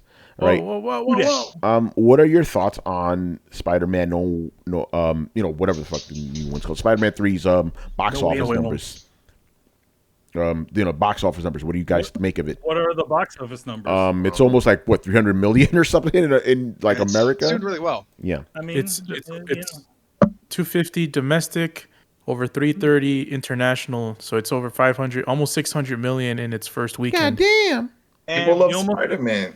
You know, it almost- Pandemic or not, fuck that. Let's Yeah, go see something. I need to jump on that specific point right now because Adam, you've heard this whole time when a movie bombs. Oh, blame it on the pandemic. It's a pandemic fault. No, this movie proves people will go see a movie if it's good. You know, if they really want to see it, they will make an effort to go see it. So I don't want to hear any more of this shit like, oh, the pandemic affected the movie. No, it didn't. Your movie affected the movie. But, you know? but there, on the other side, there's a lot of movies that people will say, well, I would, just go out to dinner and then go see it. Is it worth doing that for whatever movie? They may pass on that. They will only go if something big. That's a good point. And this is one of those. If it's like a rom-com or something, people are like, I'll wait for that's a good point. That's a good point. It's like, is Love Actually worth an Omicron? Yeah. No. Spider-Man is. Yeah. Like, I'll take a shot. Yeah. Eternals wasn't, I just looked up the numbers for Shang-Chi. Yeah. And Shang-Chi worldwide did 430 million. Damn it. Spider-Man already beat that shit. Already beat it in a weekend. Yeah. Well, Shang-Chi was, whatever. And no one knew. Shit. Yeah. Yeah, no one knew about that. It didn't really, and it wasn't like super like critically acclaimed. So it's like people were like, "Now we'll pass on that. We'll wait till it comes on VOD." That's what I did. I was like, "I'll wait, bro." But Spider-Man, Spider-Man it's the third installment of a franchise of the third installment of a franchise. Oh God, yeah. And it's huge, and a lot of people knew some of the stuff where Doctor Strange is in it. And yeah, people didn't, wanted to see this. It was an event that people were willing to, go out into the wild and see. And for me at least, I risked. This is the first movie I see in the theaters since like before the freaking COVID. And the reason why I wanted to see is because I knew I was gonna get spoiled if I didn't do it. And I'm glad I did because freaking. Go to YouTube and spoilers bro, and the thumbnails, they're all man, it is ridiculous. Yeah. New rock stars and all those people. Mm-hmm. Yeah, but I even seen like official sites already spoiling shit. You know, I'm like, bruh. They put it on the tweet. And here's the thing: even though obviously the cat's out of the bag about who's in the movie, the three guys in the movie, I still don't retweet that stuff just in case. Yeah, Mm-hmm. Like everybody knows who's in the movie. Everybody knows, but I'm still wary on it. Hello, Peter. But yeah. So yeah, I'm not surprised. People wanted to see this movie. I mean, remember what happened beforehand when the tickets went on sale? It was another Nvidia card situation. Nobody could get their tickets. And then Adam, you sent me that shit. Motherfuckers selling tickets for like $2,000 and shit. It was crazy. I went to see Nightmare Alley today, and there's like a bunch of theaters that had Spider-Man in it. Yeah, yeah. Most of the theater was filled with Spider-Man showings. Spider-Man. Yeah, they said Sony said they were increasing the showings because of demand. They actually got more theaters. Yeah, people want to see Spider-Man. So yeah, I'm not surprised. I'm trying to watch Spider-Man in the theaters on the first day, and I'm like, let's see, these tickets is going for $2,000, and I'm like, you got Larry playing? Isn't it interesting that after a big event in on this planet, it all tends to end with a Spider-Man film. Yeah. Oh yeah. Yeah. I mean, you go back to 9/11. Not long after that was 2001 was their first Spider-Man film. Yeah. By the way, do you know that Twitter like account called Hard Drive whatever? Like it's like video game versions of The Onion, right? So they had a tweet today saying J. Jonah Jameson blames the uptick in the coronavirus on Spider-Man. I'm like, that might be true though. That might be true. It's all Spider-Man's fault. Yeah, this is like Spider-Man. Oh man! All this Omicron out there is all Spider-Man. The fault. Yeah, of that Spider-Man. was the tweet. I was like, the Omicron is Spider-Man's fault. Oh man! All right, moving on here. I guess you can blame the reason why Saturday Night Live was all canceled was because of Spider-Man 2, right? Yeah, exactly. They canceled it? No, they canceled it because the the cases in New York City were going up. Oh, so you they mean had- the episode? No, the the show didn't episode get still canceled. happened. It's just not a live audience this time. Oh. Yeah. Yeah. No, I thought when you said cancel, like cancel. Like No, no, no, no, SNL's no, no. done. No, no, They're- No, they're no, no, done. no. They Oh. no, they just Okay. they just Yeah, they they just live got rid of, perform like, live and limited- yeah, I get it. yeah. Yeah. By the way, I love these next two questions because it's just Carlos like, "Yo, what do we do in New York?" wait, I didn't ask questions. Yeah, a Euro card. Who's this Carlos guy? Anyway, first is- question here is: if you could only recommend one restaurant you would suggest to a visitor going to New York, what would it be? Well, Tavern on the Green. That's Really? close. That's close. yeah. That's close. That closed What a long the time fuck? ago. Yeah, that closed a long time ago. Yeah, damn.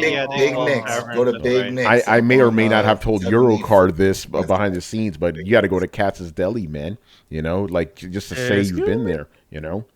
Those sandwiches, though, bro. I'm telling you. Go to Big Nick's. Yeah. Big Nits. I'm writing this down for. I would've said- For Eurocard, I would Now have the said. thing- I would have said Peter Luger's. Oh, in Ooh. Brooklyn. Yeah, good steaks, man. There's one. Steakhouse. There's one in the city. There was two of them. I thought there was in the city, yeah. I just know the one in Brooklyn. The one down. Yeah, near, there's that Dumbo, too. That one. Yeah. But the thing is, I wonder with Big Nick's because it's a tight squeeze. All the tables are really close together, so I wonder if they made some changes because of COVID. Oh, shit. Because of that, because it's one of those. You're densely packed in. Oh, but Drunken it's nice. Guardian's already giving some suggestions here.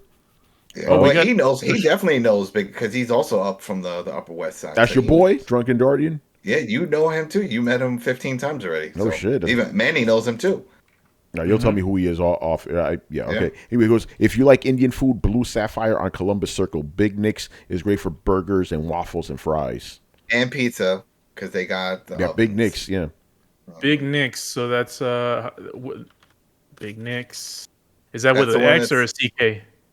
Nicks. That's the place I was saying that they're open 7 days a week, 23 hours a day. They close 1 hour. Yeah, that's right. every Yeah, day yeah. Just to clean. So there's a Big Nicks will permanently close. Oh shit. No. Oh, fuck. Really? Oh. Oh, no. Better why? So there's I see two Big Nicks. There's Big Nick's burger joint and pizza joint. What And street? It's This is in the upper west 70. 70? side. Yeah, fuck are you assuming? 70ish. Okay. Yeah, because you get off at 72nd train stop, and then you would walk up like 2-3 blocks. It's on the left side. So yeah, that has to be it. 72nd. That's where the train stop is. I think it's Okay. like 2 blocks up from there, though. Yeah, so Big Nick, and then there's Big Nick's Pizza and Burgers permanently closed. But where's that? That's the one That's on also- 71st, that's- 71st and Columbus Avenue. Yes. Yep, right next to Central Park. Right next No, to the they- Dakota.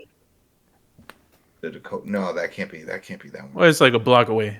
Because this was this wasn't that close to Central Yeah, this Park. shit said permanently closed. Motherfucking Ronan. Yep. What the frack? No, hold on. So There's- there's one that's closed and one that's open. Is what you're saying? No, there's two there's two that's closed and they have the exact same name and they're like 8 blocks away from each other. I don't remember.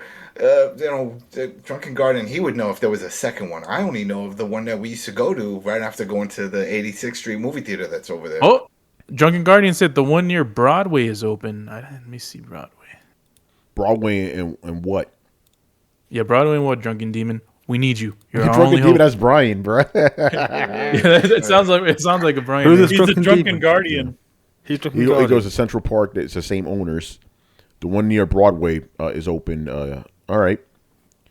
Yeah, I'll make I'll make a note of that. Appreciate all the I'll save that that burgers and waffles place. Blue Sapphire also. That's the Indian food. joint. Yeah, yeah.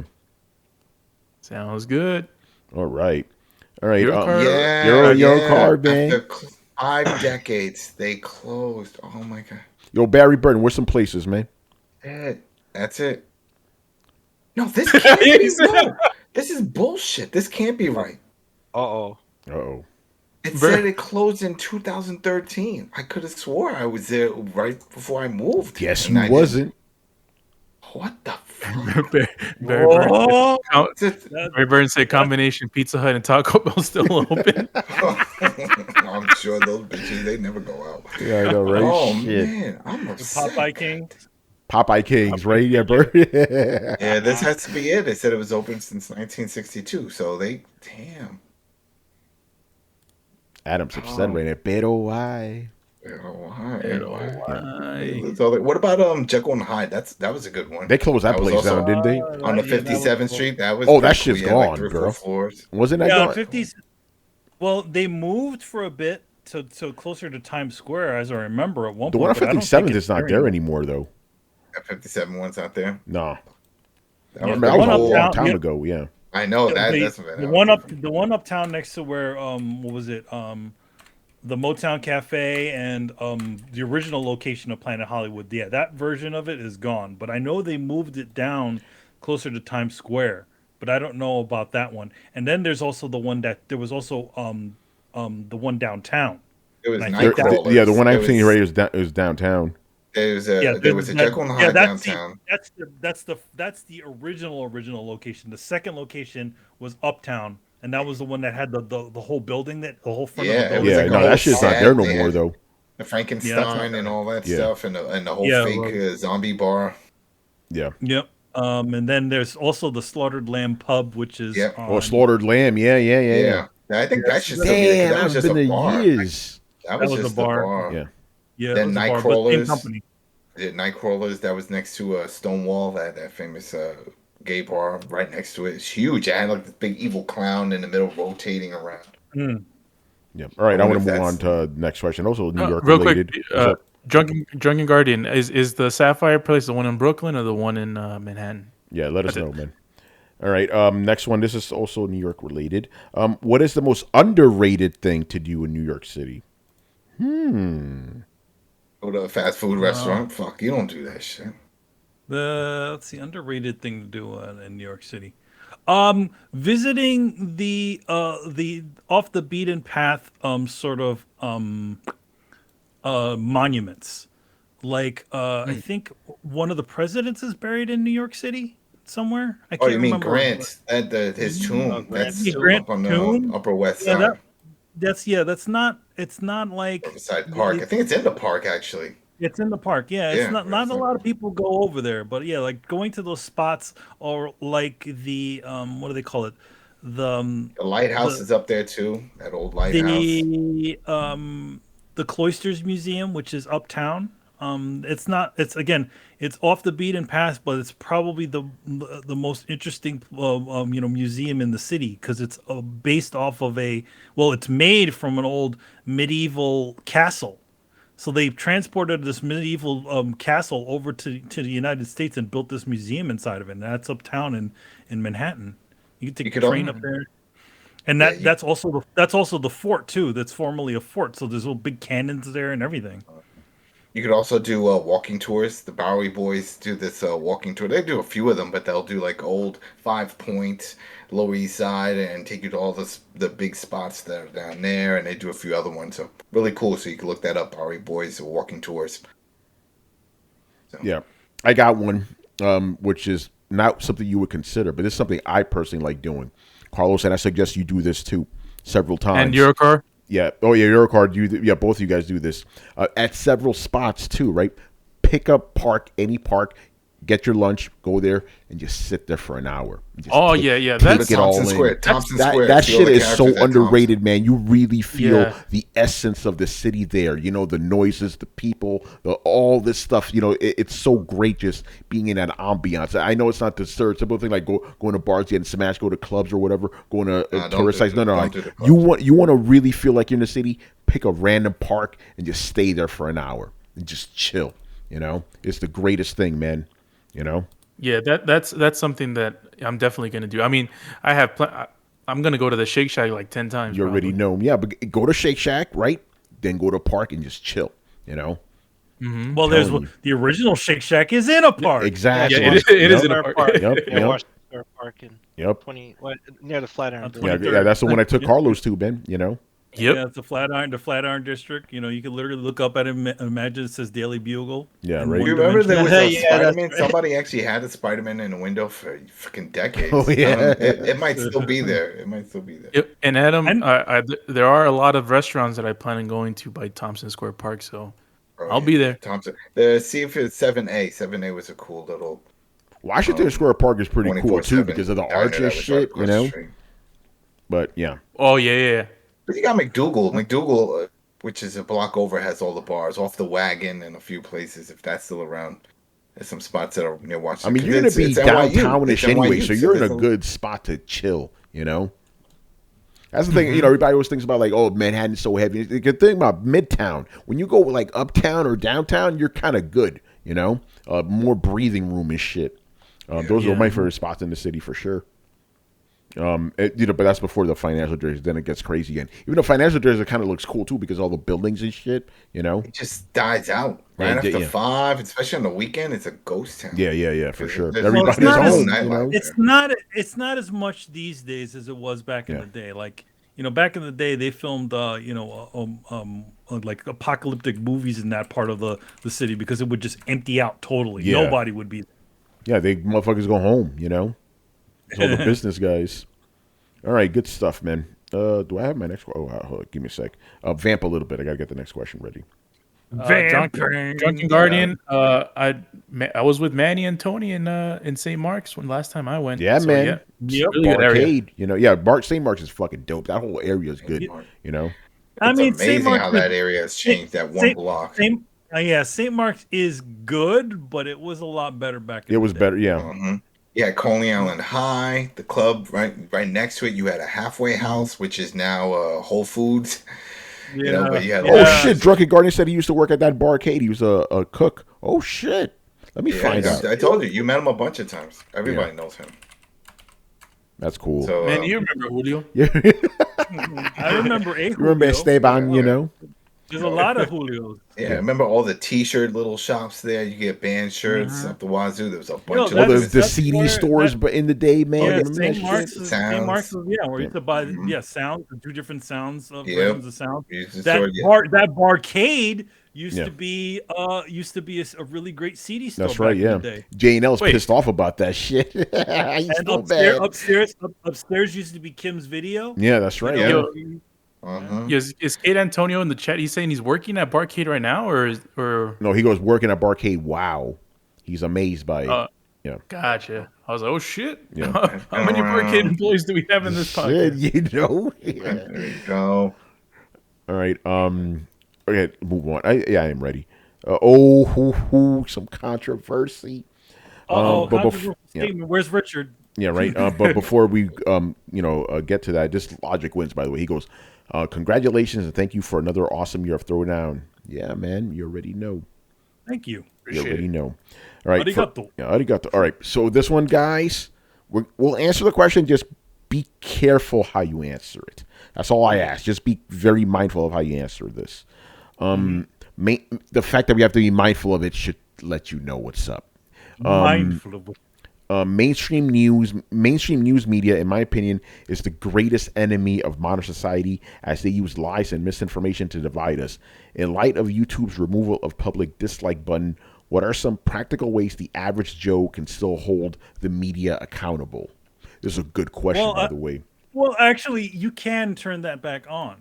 There are I still see it on all my videos. I have not seen it disappear from any of them. The dislike button is there. You just can't see the dislike. You can't see the number. Yeah. Yeah. But you can all the different browsers. You can actually put an extension inside of your thing to literally pop that thing right back on. So, Yeah. But I think the it's not larger gone. question is like, what can you do as an average person to kind of voice your displeasure at the lies that the media tells you in a respectful way? Don't believe it and don't respread it. That's it. That's the best way to do it. The best thing you could actually really do is just not spread that information around. It's actually giving it absolutely no attention, which really does it. That's Like, exactly. in other words, just don't retweet it, don't look at it, don't give No. it any views. But he's don't asking, fucking how do you No, hold it's them me. accountable? Like, But he that's wants to know it. that. Because if you bitch No. about it, you're bringing attention to it, and then more No. people Yeah. want to check it out. Well, here's the thing: you don't bitch about it. You have to counter lies Exactly. with facts. You have to, if it's a tweet, you reply to it. If you have research, if you have white papers, if you have documentation, if you have photographs, if you have anything that counters a narrative, then you reply and you post it. And you say this is incorrect and this is the what really happened, right? Mhm. That's how you counter things. You don't ignore it. If you're think that there's I'll ignore them. a I miscarriage block of them. I ignore information it. or whatever, then you can counter it. You can also quote tweet it and whatever, reply to videos and post the facts, right? And post links to stuff. You have counter There's articles. alternative Post. facts. That's it. There's alternate facts. We all know this. For everything in life, Well, everybody I has their mean, own views on things. So I that's No, mean, why I'm it's not. even I'm not talking about alternative facts. I'm like if somebody has like you know like they have something historically factually wrong and you could point to like, hey, in this book or whatever that's not accurate and you post it, that's not alternative facts, that's the truth, and maybe the article got it wrong, right? Or maybe somebody misconstrued a quote and you have the actual quote and you post it and you say, hey, the quote's from here, here's the speech or whatever. That's not alternative, that's accurate. Yeah, Yeah. I'm kind of with Chris in a lot of ways. I understand the other uh, position, but with the thing with Chris is whenever you live in an echo chamber, it's hard to leave it if you don't see the other side reaching around. If you live in an echo chamber where everyone says that the world is flat, if that's all you're gonna see, and the rest of the people that know that the world is round are invisible to you, then they will never see you, and that's just how people just get indoctrinated into these kinds of things. I also do agree with sort of the measures that Manny and Adam were talking about. It's like, yeah, don't quote tweet that. Probably like if it's then on if Twitter. you bitch, because I've done it in the past. I'll say, oh, look at this bullshit, and then people are like, yeah, look at this bullshit, and they keep spreading it, and then I'll look, and it's got a shitload of fucking views now. I'm like, that was a bad idea, because regardless, it's just spreading the bullshit, whether it's true or not. It's just more bullshit. What And I it's like, what I oh would fuck. do What I would do is I'll just pull up a video of Neil deGrasse Tyson talking about why the Earth is round, and Mhm, and mhm. and that's and my do that. narrative. Yeah, I mean, the thing about because the thing about it is like a lot of misinformation is based off of getting your attention. A lot of these places will say things that will get your guard up, get you all pissy, Oh, and then trigger when words you're and stuff like that. yeah, Yeah. and using trigger words or hot topics and all kinds of other things in those titles, and then just to get you to get you to click that and get them more money and get them more attention. The trick is how do you combat that? Don't give them what they want, your attention. Yeah. hmm No, it's true. Yep. It yeah, applies to the same thing to like TV and all of that. Just not even social media. If there's something you don't like and there's someone saying some fucked up shit, hey, move on, ignore it. They don't get the ratings, they don't get the advertisement, and numbers go down. And the thing yeah. about a lot of this stuff is everything is trying to get your attention, and Yeah. whatever they say, it just continues to flow and continues to flow. But what about the things that people don't talk about, right? Those things aren't getting that sort of information, and that's what you probably should be putting out. I agree with Chris countering that argument with the real information, but don't give those that misinformation the The what do they spread, like call it? let it spread. Don't let it spray. Just cut it at the corner and literally put your thing out. Yeah, Yeah. I Good mean, answers. we live in a society where we have a YouTube platform where we got rid of the dislike section, which Yeah. is a very important thing when it comes to sort of the democratization of content. Yeah, well, Meaning- that's what inspired his question here. That Do you blame specific thing. Nintendo? I still Yeah. blame Nintendo for that shit. Well, Nintendo is the No, is it's, the root of all it's evil. because people were disliking all these it's- trash ass trailers for movies and stuff. Yeah, You know? Yeah, that was You really got- Hollywood. I blame Disney. Yes, yeah. They don't like people. Yeah, Yeah. it's Hollywood. It's Hollywood because though that essentially affects their thing. But there's another way to counteract all of that. Not even watching it. Not even like bothering with it. Don't even watch it on there. Don't even give it a like. Interacting at all with it. Yeah. Yeah, and I mean the thing that with the dislikes is you get to see all the hits. Yeah. You don't see all the misses. I mean, you want to watch a video that teaches you how to, do like take photos of cameras and stuff of new cameras, and it's like you don't know if it's a good video or not because you're not seeing the other side of the argument, and that's the same thing. That's the same thing with propaganda. Propaganda gets jumped around. The numbers go up, even if there's a lot of people that don't like it. If you don't see the downsides of the people commenting saying that this is fake or here are my counter measurements or something like that, then you'll just see the propaganda. And more than likely, if people are not educated in these kinds of fields, then they'll just gravitate to that because everyone is looking for a leader. That's just how human nature is. When people are ignorant, when people are not making enough money, they look at people who make a lot of money and they idolize them like fucking gods. And they do that with anything. Or conversely, they hate on them, because they have what they don't want, have. Try to ruin their life. Yeah, I mean, the funny thing about that whole dislike button thing is that also, all YouTube is thinking about is the top line and not essentially all the predatory YouTube channels that are currently on there right now. Ones that take advantage of children, essentially, putting these keywords together and essentially creating these garbage ass videos that are rampant all over the thing. You can't see, nobody can see what those things are. So essentially, you just have all this garbage sitting on there. Nobody can know nobody knows what it is because you just see that thumbnail. Yeah. Mm-hmm. It sucks because we see what they're trying to do. They're just trying to make sure that these big companies don't pull their videos or stop doing their big reveal video on YouTube. They want that ad revenue. They want that. In traffic. the end, there is no more you in YouTube because That's done. it's Yeah. not about you. Oh, It's yeah. about them. It's Them about too. the companies making money. It's about their advertising. Them essentially existing off of all the content, the original content that people like us create. I dare Jimmy fucking Fallon showing how many copyright strikes he's gotten on his YouTube channel, and I guarantee you that we have more.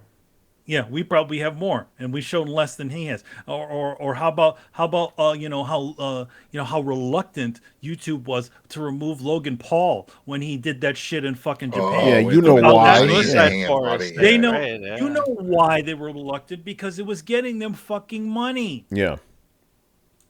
Yeah, it's transparent. All right, man. Move on. Next question here. That was a good segment. I like that. All right. Oh, this one.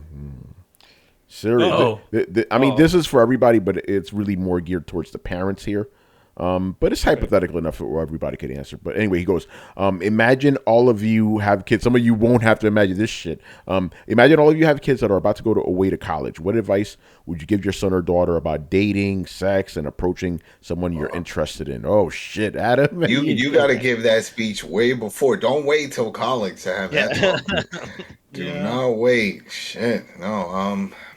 You just got to steer them on the right path way before that. Just be a good judgment of character. Try not to follow groups. If they're all doing something dumb and going out drinking and boozing, and you're not that type, just don't do it. Those type of things. Eventually it is going to come down to the child to make those right decisions, right or wrong. I mean, they're definitely going to make wrong decisions. We've all made some bad decisions, but then you learn from some of them.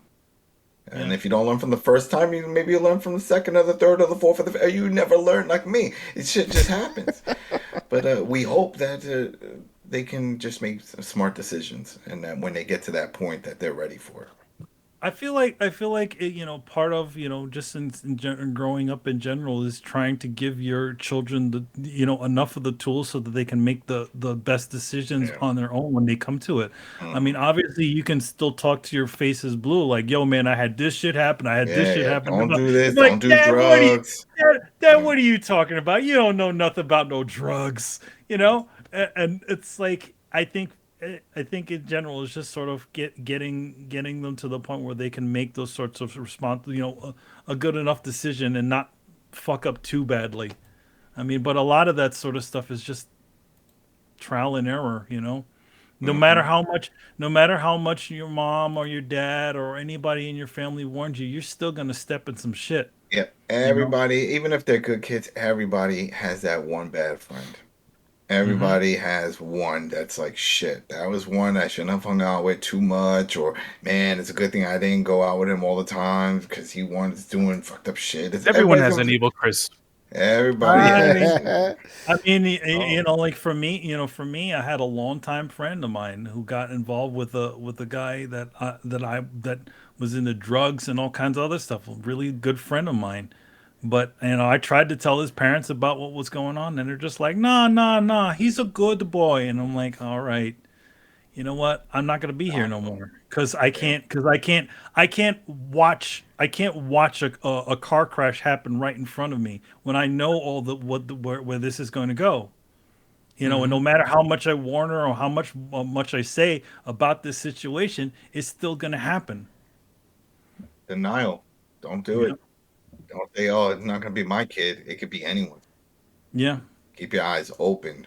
Also you gotta be cognizant to the fact that your child could be the problem, like Yeah. the problem child. You know. Yeah. A Yeah. lot of parents don't realize that their kid is the fucking, like Manny mentioned. It's like, nah, there's nothing wrong with my kid, and it's Hmm. it's it's tough for parents to realize that.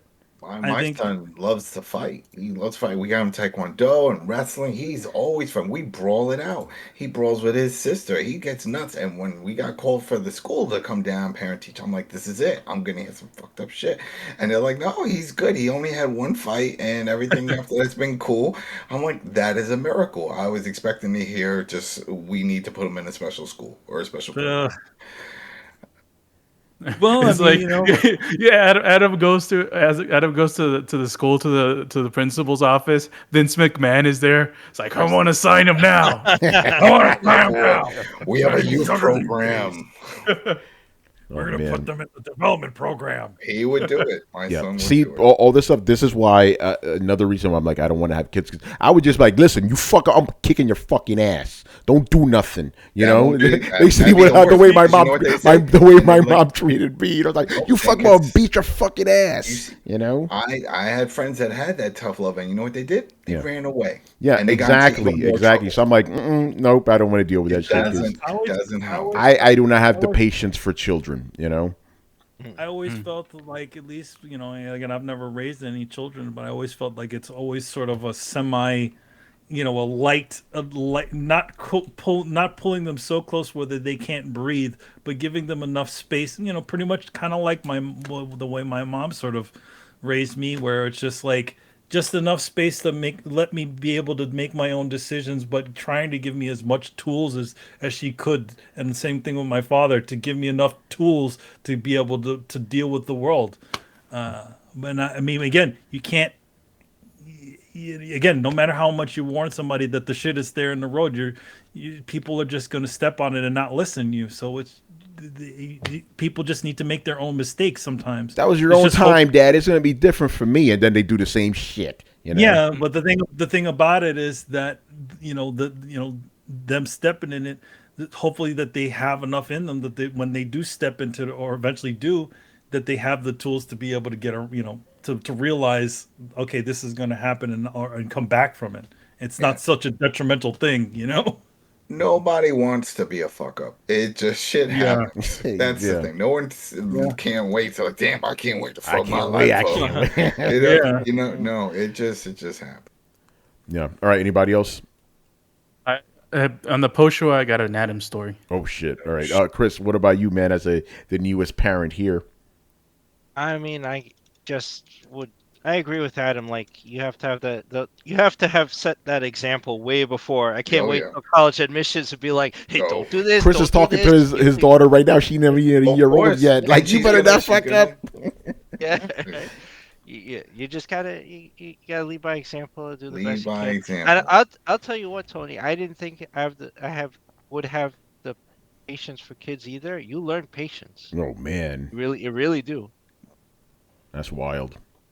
Because you don't want to shut them out. Because if you're Yeah. like, you know what, I don't want to deal with this shit, then somebody else is gonna start talking in their ear. Yeah, and put they're them gonna on a fill that different void because path. they're looking for like a role model. If you don't fill it, somebody else is going to. Like Chris you know? Rock said, he said his only job with his daughter was to keep Keep her off the pole. Keep her off Yeah, the Her pole. off the That's it, keep pole. You know? He said. Yeah, that's the thing. Lawrence Fishburne. Yeah.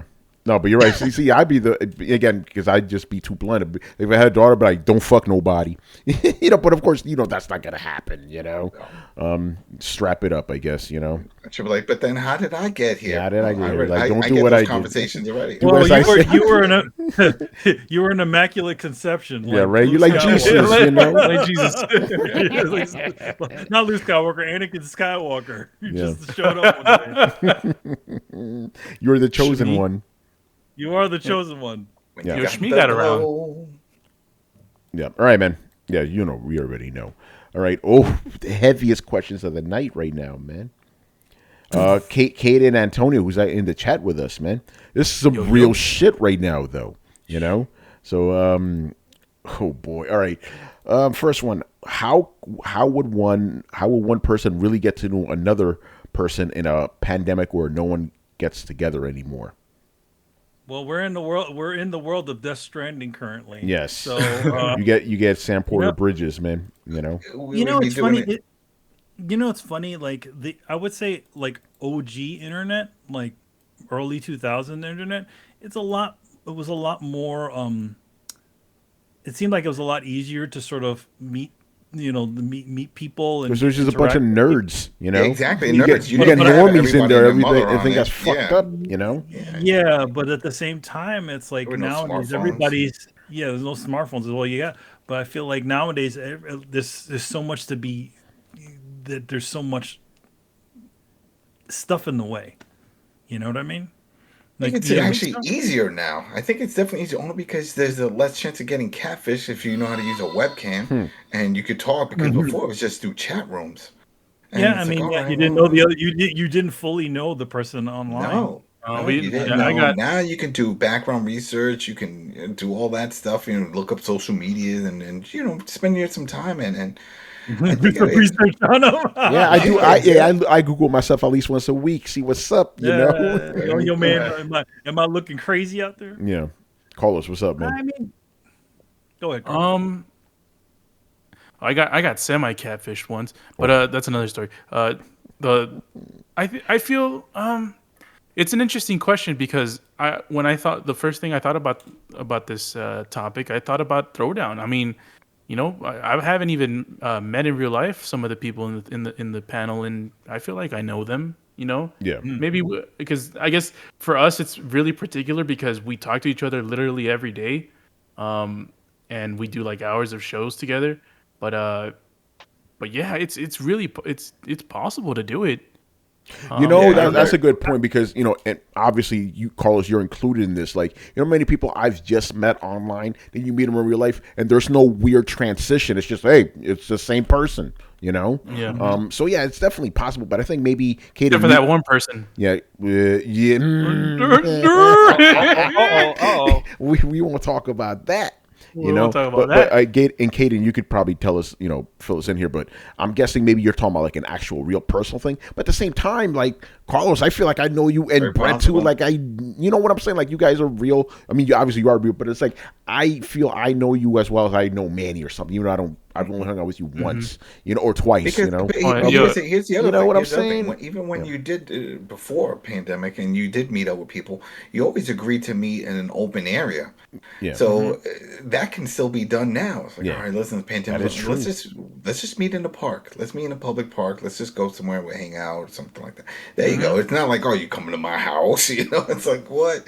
You could definitely do it. It can be done. Yeah, I mean, it's usually like the usual things that you sort of do. Like, you're meeting somebody online, you're like, you talk for a while, and eventually maybe you talk live, like Yeah. talk person to person, whether that be over the phone. Well, that was the old days, or Well, now actually you do got now you can FaceTime, actually do baby. now you That's can what do I'm a saying. FaceTime or a video chat and FaceTime. actually do that. Exactly. But you sort of have to sort of gauge where that actually is, because sometimes people online aren't actually like their actual selves. I've met quite a bit of people, and Chris too. And, You we know, met quite a bit of people that essentially, like, they're a blabbermouth online, and then you meet them in real life, and they really don't talk that much, or vice although I versa. will say, just in our defense, most people that I've met are the same online and offline. But there are those certain individuals that are like, all right, bro, who are you right now? For like me, who? for Yeah. me, I would say I'm not the same online than I am, and that's only purely because of my dyslexia in general. I want to make the statement as short as possible, because the more I type, the more errors I have. So I want to get this thing over with as quickly as possible before before before my dyslexia kicks in. I don't know. I disagree with that. I think you're the same guy online too. Like the things you say are the same things you would say in real life. Maybe they're pithier for sure, but you can say that with anybody. I'm pithier too, just because I only have 240 characters to deal with. So I don't think that's you're still the same guy, man. There's no difference. I say that about everybody here. For sure. Tony if Tony's like literally the same person. Yeah. Yeah. Like, there is no difference. I was tripped out by that when I got to E3. That was the comment I got the most at my first E3. You act the same in real life as you do. I'm like, why would I act another way, bro? What the fuck? Well, I mean, some people, just to say this, are sometimes have a put on. They put on a character, that they specifically. I got no patience, no energy for that shit. You got one Tony, that's it. Well, I mean, Tony, you've never been about the smoke screen of self. Like, in other words, there's only one version of Tony. But I think for quite a bit of people, there are different different versions of them that they sort of present in the world of the internet. Yeah, it's a dollhouse. That's all I'm going to say about that. Oh, man. All right. So that was a good. Anybody else? Any advice? But I think in general, it's like, yeah, listen, you can still meet people in real life, and just hang out in an open area and shit. It's not that hard. Yeah. I will say this, though. He didn't bring this up. What if you live somewhere that's not very populated, or your friends have moved away to another city, so those are other instances as well. So things like that have been kind of happening even before the Rona. Obviously, the Rona exacerbated shit, but it's still possible, where there's a will, there's a way, Yeah, it is. Oh, go ahead, Manny. Go ahead, Carlos. You got it. It is difficult these days, obviously, because there's another barrier when it comes, you have the mask on and stuff. It makes things a little bit less personal, which is unfortunate. But I still feel like there's a way to connect with people, whether it's online, whether it's in real life. I mean, I went to Korea, and there was one day I was with myself, and I made a friend, and I'm like, shit, like, it was just random, and those people are like really like shy about like speaking English and stuff like that. So it's also like just like-minded sort of situations too happen. Like, like some people belong to different sorts of communities, and they sort of connected through those different things. There's a lot of different factors. And then you also have different friends for different sorts of aspects of you, right? You may like Metal Gear, or you may like something else, or you like gaming in general, and that could also be a connecting factor. And as you continue to go through the process, you find that people sort of connect sort of naturally. One thing about connection is that it can't be forced, and you sort of have to read the room a little bit as much as possible just by interacting. Yeah, for sure. All right, I've got another question here, kind of related.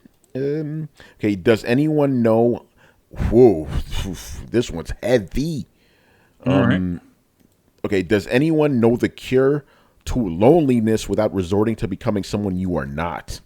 Ooh, man. The cure to loneliness. That's a hard one because it's like I think the one part of loneliness is sort of thinking about the things that you don't have. The things, the opportunities, the things that you don't have going on in your life, rather than thinking about the things that you do have going for yourself. There's always that point where you sort of feel like everybody feels that sort of point in their life where they sort of feel like they're at a dead end. They sort of feel like there's no hope for this, but that's you thinking about all the negative things. I mean, when I was a kid, I'd see guys, like Adam, like Adam's like the life of the party, right? And he had all these different friends, and I just had, maybe a couple of friends here or there, not a lot. And I was like, how come I don't have that? How come and I fell into it. And I'm young, like a kid, and I'm having this sort of this thing. And I looked at it another way. I was just like, you know what? The people that I do have around are essentially lifelong people. They're not a lot of them, but they've always been there. When something had gone wrong, something had went, something happened here or there, they were always there. That's one of those people is Tony. Yeah. So I think that's what the thing is. You can't think about the things that you don't have. Try to think about the positive part of thinking about the things that you do have, and to also realize that the people that you do have there, it's are the ones that'll probably stick with you. I will say this though, it putting yourself into situations that make you feel slightly uncomfortable can ultimately help you in the end. I just feel like, I guess it just depends on what stage of your life you're in. Whether it's you're an adult and you need to move to a different city, or get a different job or something like that. That kind of stuff can help a lot. Obviously, like even having like situations, right? You working at a job or you're in places that you continuously go. You get to know people eventually. Oh, boy, Carl. Yeah, so I would definitely recommend that. And if you're in high school, well, you got your whole life ahead of you. Yeah, like high school is not the end of your life, because some kids they feel like it's like everything happening in high school is so important. No, not really. Not really. My main thing and how I dealt with everything was just like almost like a Mario's the Odyssey Cappy. Wear different caps. Jump into everything. I remember in high school, let me see, I was on the school paper, I was on the track team, I also went skateboarding, I did inline. I had a lot of different people in different parts of life, and they didn't all get together because they had different interests. But I kept that divide, and then I had the guy in my building. He was into metal too. We go to shows and do that type of thing. Mm-hmm. And so, it's a juggling act, but you can do it. There's no set rule. When someone says, maybe you're lonely and you're not this, it's like, well, maybe you just need to broaden your horizon, broaden your scope of what your interests are, and you're definitely going to find people in those other paths, and then go down those roads and see what's out there. As long as it's not drugs, don't go down that. Yeah, you don't want to do something that's detrimental. Don't do that. Man, I connected with all these niggas. Exactly. I listened to that guy and throw that, and now I'm hooked on meth. What the fuck? What the fuck? No, the worst thing you'll get from Throwdown is fucking pirating games or something, Adam. Yeah. Oh, dude. I didn't even say nothing about pirating. I just said about modding. He likes putting apps on his Switch. Yes. It's just. And then again, it's not really about quantity; it's more about quality. Quality. You will have as you go through different things, you'll find these people that are those ones that those what I call the true blue connections, where they'll just like they're down. So, and I feel like a lot, the Adam's my longest friend. There you go. You too. I grew up with him, so it's like I just feel like it's just like don't look at what other people have. Just concentrate of like doing your own thing. You find your own way with the things that you sort of do, and it's usually a lot of times it's your interest in itself. Oh, he goes, those who want to stick around. I want to jump on that. If somebody doesn't want to stick with you, then let them go, bro. That's it, let 'em go. Do Yeah. not need people like that. As a matter of fact, you should be thankful that they're showing their true colors, because now you can just weed them out. You know, you don't. Yeah, well, You want ride or die people in your life, bro. You will have people that, and I've had this, and I had a buddy of mine not too long ago. He called me up. I haven't heard from him in almost like 2 or 3 years. And he almost broke down crying on the phone when he called me, because he felt so ashamed that we lost touch, and he blamed himself for it. And he said he had things going on in his life that just was taking up too much of his time, and he felt shameful. And every time he wanted to talk to me, he didn't want to feel like, wow, I haven't talked to you in a year now. Can I call you and you can hear my problems? That type of thing. But when he did, I said, don't worry about it. I get it. Life shit happens. And we talked, and now we text every once in a while. I'll send him a message, how you doing? He talk, and we send bullshit about things happening in TV and so. So yeah, it's just part of life. But I if appreciate they're those meant to texts, Adam. no problem. Yeah, you gotta kind of accept that people are just gonna come and go out of your life. Yeah, Like, yeah. You know what I'm saying? Yeah, so you can't take that shit too personally. You know, it happens. You know. It happens, and then also the other thing is, like, obviously it does hurt when you feel like you've put a lot of time into that relationship that you've had with them, but also don't try to look at that too much, because just look at the side of that. You know what, you tried, you tried to make this connection work, but unfortunately it didn't work out.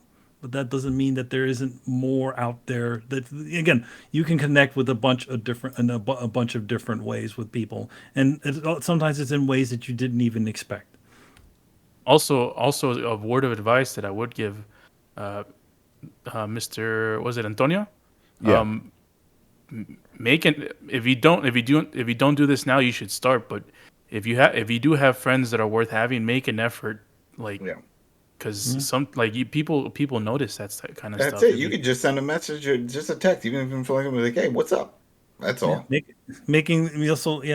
taking the time to talk with them. I mean, obviously, sometimes it does. You may not have that much. Just saying what's up. Just saying something, because a year. A few months can turn to a year. Can turn to 10 years. Oh yeah, that's a snowball effect, man. That's I mean, Yeah. And that's I mean, that's some of my biggest regrets. I've had my best friends in high school. I don't talk to them anymore. Just we didn't fall apart or anything. We didn't have a fight. None of that. It's just we went our separate ways.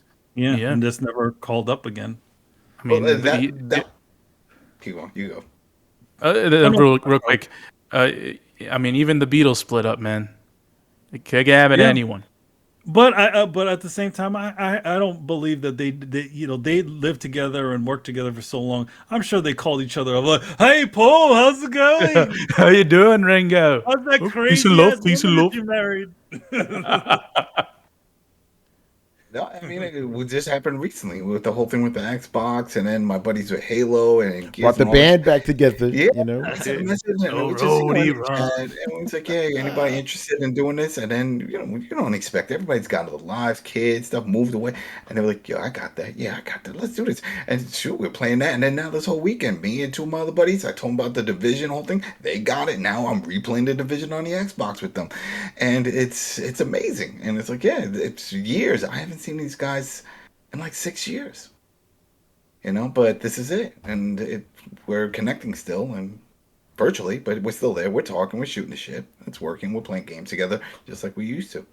Yeah. So that's what part of what made moving away from New York a lot easier, because now, since social media is so, and this stuff has been so much easier now with us, like we can do stuff like this, essentially. Talk to each other. Yeah, like if this wasn't available, all of this would have been very difficult. For my move, I know I probably would have went stir crazy, because I never thought in my million years of my life, I never thought I would ever leave New York the way I did. So this definitely does help. Yeah, and that's the thing I kind of want to touch on. Like, I don't get lonely just because like not only are there always people around me, but I'm always with you guys, right? So I kind of see it as in a different. And also, I live in New York. There's fucking people everywhere. Very difficult. You're never physically alone. But I kind of see it as like again, I don't feel that traditional loneliness, but like that loneliness of knowing, and this is heavy right now. It's like you knowing you're kind of like a speck in cosmic dust where you ultimately don't mean anything. I'm like, that's some shit you gotta kind of put aside when you realize like nothing really kind of mattered in the end, right? That's the only kind of loneliness I think about something. But then at the same time, it's like when you bring it all back, you have your little group of friends that gives you meaning, even if like, you know, the whole universe will fucking die in like billions of years or whatever, you know? But like traditional stuff, like I guess the closest I got is like whenever all my friends moved away and shit. But then I was like, hey, I got other friends in New York. I'll hang out with those guys. You know what I'm saying? Yeah. But so I kind of take a more cosmic look at it. Is like that when you really think about how insignificant you are, your planet, your solar system is like, whoa. You know, that basically the shit Lovecraft wrote about. That's when you're like, damn. This is fucking crazy. But, you know, since you can't really control that, or you could think about it yourself, then that's what kind of keeps me from like that cosmic dread from setting in. It's like, dude, you can't control that shit. You have a good life, so that's all you could worry about. So I'm like, okay, that's good. Because obviously, you know, there's a reason I look younger than my younger sister because I don't have any stress in my life. I'm fucking chilling, you know. But I do have those moments. Yeah, I also don't have any kids, and I don't plan to. Yo, even at work, you're like, yo, you're in your early 30s, right? When I tell them I'm 41, like, get the fuck out of here, you know? Because I'm chilling, I'm good. But sometimes I do have those moments, like, damn, bro, like. In the grand scheme of the cosmos, fucking nothing, you know. But that's as far as close as I get to it, you know.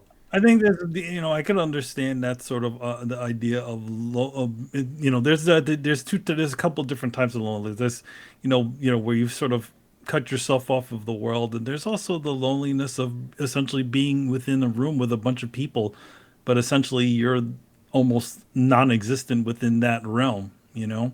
And I've you know, sometimes you that's I liken to the idea of going to a bar alone. You know, you don't know anybody at that bar. Everybody's got their own shit going on. They got their own deals going on.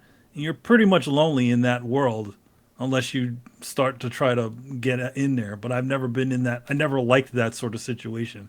I've always preferred my, you know, my connections to be essentially one person at a time, you know, like, okay, you know, just sort of work on those sorts of ideas as opposed to trying to grab a whole room and be like, yo, my buddies now, you know. Yeah. You know, I mean, obviously, different people are different. You put me anywhere, I'm good. I will talk. I will within 5 minutes. People will fucking start gravitating. Things will just happen. You know. Tony is the charmer. He will own the room. So you know. I think there's a common. Yeah, half the office already loves me already. You know. What's up, Brett? I think a big part of the question, or at least the one that other people have answered, because I've heard some really good suggestions, but I think a good chunk of part of not being lonely is learning to enjoy being by yourself. I know that sounds that's a good one. That's a good one. It's a learned skill. Yeah. You genuinely, if you've never lived alone, it's really tough at first, but then you learn to enjoy your own company. And I honestly think that makes you more self-sufficient. It makes you confident, and it makes it easier to then make friends because there's not so much pressure on it anymore.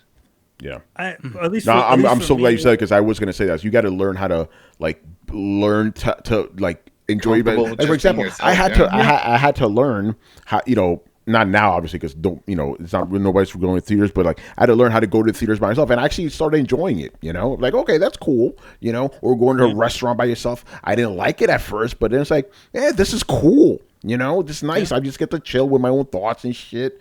So yeah, Brett, I'm glad you said that. You know, it's like you know, if you could learn to like be happy by your lonesome or whatever, as they say, you're not gonna have all that pressure to try to have people try to fill in that hole. You know, because you're doing it yourself.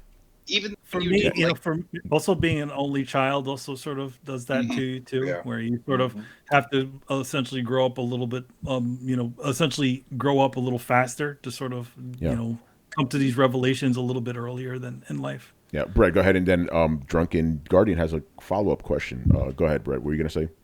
I was just gonna say, like, learning that kind of thing makes it so that if you go to the movies by yourself and you see somebody, like, you don't have a problem chatting up the person next to you Yeah. because who the fuck cares if they love or if they like you or not? Like, worst case scenario, you're exactly at the same place you were when you walked in. So it makes it easier to, when you're out and about to just talk to people. And sometimes that Yeah. talk to people can expand into like, hey, you seem pretty cool. We should catch another movie together sometime. I also Brett? think a part of it is also not being afraid of rejection. Some Yeah. people just don't want to talk. And just Nothing wrong kind with of that, But I think sometimes people feel like it's already a battle for them to even sort of interact, right? And then the moment that they're trying to, then it becomes more of a moment than because of them, because they're not so used to doing that sort of thing. Yeah. Also, pro tip, and kind of what Brett was talking about, when you're by yourself in a place, whether that's a restaurant or that's a bar or one of these locations, you're way more approachable as if you were in a group of people. Yeah, because when you're with a group of people, some people may not come. They don't want to disrupt or anything. But when you're by yourself, you definitely do that. This is kind of related because Drunken Guardian is curious. He wants to know who in the panel considers themselves introverts and or extroverts. So I'll go down the line here. Adam, we already know the answer to this one. You're an extrovert for sure. Yeah, I'll talk. I don't give a shit. Just it doesn't matter what it is. Yeah, I'm the Do the same way. roadie run in real life. By the way, I will say this is why I always feel. I guess this could be a little bit of a loneliness thing, even though it's not. I always feel a little out of place with other writers because most writers, I would say in the 90%, they're introverts, right? And I'm fucking crazy extrovert. So I kind of like, it's kind of interesting. I'm like one of the few extroverts in this scene. So I have to, again, I'm still being myself, but I have to pull myself back a little bit. But the thing is, introverted people like that, when you're like, kind of in your face because they don't get that. And then I also appreciate the introvertedness because these motherfuckers are actually thinking about shit. They're not just blabbing whatever the fuck that's on their mind like I do, So I always feel introverts and extroverts are really well combined, because like sometimes when I'm other extroverts, even though it's cool, I could be like, yo, shut the fuck up. Shut the fuck up. You're just trying to get attention, you fucking asshole, but it's a balance though. Manny, you're obviously an introvert, Yeah, I'm an introvert, but I've learned tricks to sort of be able to be able to be the other side of that. And I feel like a lot of that is just doing, you're just doing events and doing conventions and things like that. Sort of helps me sort of be able to go out there. No, I always say whenever I'm sitting behind the table, I had to be wary about if I looked the way I looked, whether I because you could easily scare people away with your normal New York mug, right? Just looking pissy. So I tried to sort of I learned the different tricks to be able to get around and sort of get beyond that. But I mean, there's still that sort of, that's still sort of introverty thing that's still there. Yeah. I got a question for you, Manny. I never asked you this ever. Mm-hmm. Do you have that because one of the classic things about introverts, like when you're around a lot of people, you feel drained. Does that happen? Like after a while, like let's say you were at a party or whatever a night. At the night, you're like, okay, I need to get the fuck away from you. I need to just be by myself. It has to actually do with the comfort level. Yeah. If the room if I'm feeling the room, I don't feel drained, but I do feel drained after like a convention or if I'm doing some of the other things. I feel drained after those things, but if I'm in a comfortable space, then I don't feel it and I'm good to go. Yeah. All right. So like, yeah. I feel like some certain situations I feel that where it feels like I'm specifically trying too hard, and that's what sort of brings that sort of thing. Yeah. Oh, his interest. Caden Antonio goes. He goes. E-man, sorry if I spook you at the con with all my blabbing. Hits a fellow introvert. When introverts get together, they and they feel comfortable. They motherfuckers start talking. No, I mean, yeah, I know him. Yeah.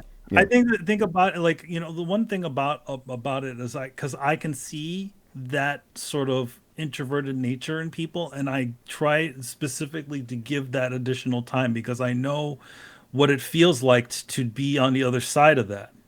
where a person sort of wipes you off and stuff like that, and I don't think a lot of people really understand it, you know. So I will sit there and I'll talk. I'll do, and continue to build that sort of comfort level, because I think a lot of times one of the things that people don't, people are not worried about is just about giving someone the time, giving somebody the I know you can't do it with everybody, and it tends to get that way, but just giving a person a little bit of your time to talk with them. And this is something that I learned from my mom. She's one of the people that has always, she didn't matter who she was talking to, she would always try to give them the time, even if it was something that she was really not that interested, she would still give them the time of day, and essentially get them to be a little bit more comfortable. And that's what I've always tried to do. Yeah. All right. This will be Carlos. What do you consider yourself? Oh man, I'm like an equilibrium, I guess. I don't know. I don't know what I would consider, because I can be both. I'm like, I can be the most extroverted person, and I can also be the most introverted person. Uh, I guess I have like limits, and also depending on the situation. If I'm in with a group of people that needs livening up, I'll be the life of the fucking party. But if I'm around a lot of people that are, doing that, then I can be the guy on the side that's just, chilling. Or I can go 1 week without seeing a single soul, but I can also be the one going out every night. Um, it's weird. I don't know what I would consider myself as. Um, That's why I I'm don't know. asking. I don't Tony, know. what do you think? I no. That's why I'm asking. Because I don't know what to peg you as. You see. Yeah. My natural inclination is to say you're an extrovert, just because every time I say we've been fucking Yeah. partying and shit. Yeah. Yeah. But yeah, and I could see that. Here's the thing though, but like, I could go out every night, but at the same time, I'll get to a point where I'm like, I just want to read my fucking comics tonight, bro. You know what I'm saying? Yeah. I'll get to that point too. Yeah. But I'm saying the reason why I would want to go back is because I actually want to do something else, not because I fear being around different people or stuff like Yeah. that. No, you're right. Like when I go to E3 or something, it's like, bro, I'm not staying home tonight. We got to do something. Like I'm in this city. We got to do Yeah. something. All right. All right, Brett, you're Mr. Extrovert. I know that for a fact. Wait for him to get his mic on. God damn it! Of course it did. Actually, no, nope. I am an extroverted introvert, You're meaning I've learned to be a very good extrovert, but that's not the shit that charges my batteries. Like I still get worn out being around people, but I you saw me when I visited. I'll talk to people on the fucking subway, even when I definitely shouldn't. Yeah, I was like, Brett, you better chill with that shit. You're gonna get stabbed, bro. But yeah, man. At the end of the day, like while I'm friendly, like I just after a long day being with people, man, I just need to shut myself away and have some. Oh yeah, you're an introvert for sure. Then yeah. His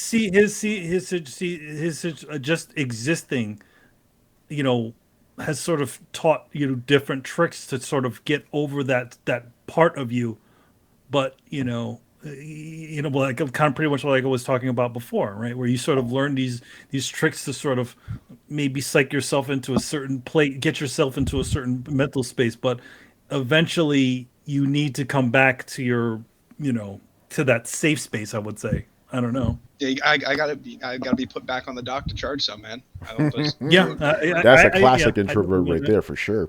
I'm surprised, Brett, because when we were hanging out, man, you were extroverted some motherfucker. Well, that's the thing. Like I'm a weird balance. Like I'm not sure which is the natural part of me and which is the learned part of me. To be real honest, because I had some trouble with some people who were fucktards in my formative years. So I kind of learned to not like people, but I also learned to talk to people. So who knows? But I can tell you the thing that really makes me get my energy. Like if I have to go out like 3-4 nights in a row, eventually I'm like, all right, I mean, this is exciting. I picked up some energy, like I'm vibing with the people here, but at the end of the day, like, man, I need to go home and just fucking like hang around and watch a movie by myself and stop dealing with all you motherfuckers. Yeah, for sure. Right, Brian, what do you consider yourself? I'd say I'm like Carlos, where I'm kind of like a mix. But I have this like weird habit where I can like bounce back how people are. So if I'm around like a bunch of introverts, then yeah, I can bounce back that introvert feelings. Hence, they feel better about themselves. But yeah, when I'm with extroverts, then I'm able to like come out more and just bounce back their extroverted energy back to them. So yeah, it's very weird, I would have to say. But I guess I lean more to the introverted side. Like I'm very used to the idea of like, okay, cool. I go to the cinema, watch a film by myself, come home, sit down, relax, just think about stuff. The amount of times I've just gone to a park and then just sat there, it's a lot more than people think. Some days I just go around the park and just go for a walk, just because hey, it's a park. Just just enjoy the park sensation. Yeah. So yeah, I say definitely more of like an introvert than extrovert. I Can't extrovert that much. I think Brian brings up a really good point, and I think I lean more towards that same thing as well, because I feel like if you're more of an introvert, you don't need other people to sort of charge up your batteries. But if you are more of an extrovert, you definitely need people to do that same kind of stuff. So I feel like I I need people less than I need them, if that makes any sense. Yeah, for sure. And Chris, what do you consider yourself? I'm pretty introverted. Uh, I even younger, like in college, I used to go to a lot of parties and stuff. I used to have to force myself to go out.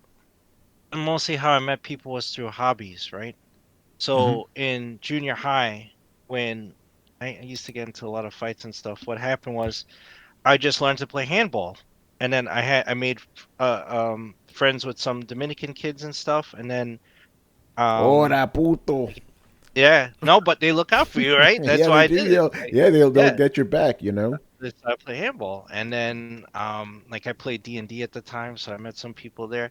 So that's really how I met people, was through hobbies and likes. Like I met people, like I used to watch baseball religiously when I was a kid, and up until like the strike, I was like religiously a Mets fan, into baseball and stuff. So I met people through that, the common stuff. I used to be, when I was a kid, I was a Jets fan, and so you meet, it's like so that's how I met a lot of people. Um, and then going to games and stuff with people wasn't so bad, but it's like when you like in college and people want to go to bars and clubs, like I would get hammered to go out because it's like I hated it otherwise, right? And that's the shit. This is where I just like go drink. I start pre-gaming to go out, just so I could deal with Mm. it. Yeah. Interesting. All right, that was a good segment. Do I have the next Can I just question? Or go answer ahead. the previous question just real quick? Yes. So the one about combating The only, yeah, loneliness. we're still on that question actually, but we just took a Okay, little bit cool. of a side route, you know. Yeah. So because I had some time to think about it, since these guys were just talking quite a lot, I'd say the two things that help, and they definitely helped me, is firstly, do make yourself small achievements. So do something every week that you feel proud of doing. It doesn't have to be big. It just, again, it can be the smallest thing ever, but have something that you feel proud that you have done for that time frame. So it can be like, okay, I don't know, I walked around the park this afternoon like twice or something, or I I solved a Rubik's cube, or I learned how to solve a Rubik's cube, or something like that, or I walked 10,000 steps. Just something small that is achievable. That definitely helps you and how you feel about yourself a lot. And the other thing that also goes hand in hand, and also some of you guys have mentioned this in like a sideshow way, is step outside your comfort zone. So every now and then, just do something that scares you. Like it doesn't have to be big; it just be something small. Whether it's like, okay, I'm going to talk to the cashier this day or something. Because where I live, we get our food sent to us. So every time that the delivery person comes in, I make it my mission just talk to them and see how they are. So I talk to them about how they're doing. I talk to them about current politics. I talk to them about just what they think of things. Again, chances are I'll never see that person again in my life. And to me, talking to people just scares the crap out of me. But it's stepping outside my comfort zone, and I do They it. want to and talk it because I would works. think that would be the best job for an introvert. It's like, listen, I get to just drop this off. I don't have to interact. I used to be a waiter, a waitress, and this is great. Oh no, this dude wants to talk now. I I mean, just read the room. So yeah, usually, if like the guy just comes in and they said, "Okay, here's your deliveries," and then just steps back and says nothing, then obviously I'll just say, like, I will try to spark a conversation just really quick, just put like a feeler to like see how they react, like what's their response to it, and then if they respond well, then I'll keep on going. If they don't, then I'll just leave it at that. So it's not like I'm forcing them. It's just like I'll put like a feeler and see how that goes. But yeah, if if it goes well, then we'll talk. Once me and the guy we talked about the fuel shortage that happened around October here, where no one could buy fuel because everyone was just buying up all the fuel. And then we talked about how he felt about it and what what should happen, like who's at fault, you know. Again, just had a genuine conversation. Was able to like load up all my food and we talked some more and then he left. Other times we talked about general politics, like just really quickly, how we felt the government is handling the lockdowns and the pandemic, what they should do better.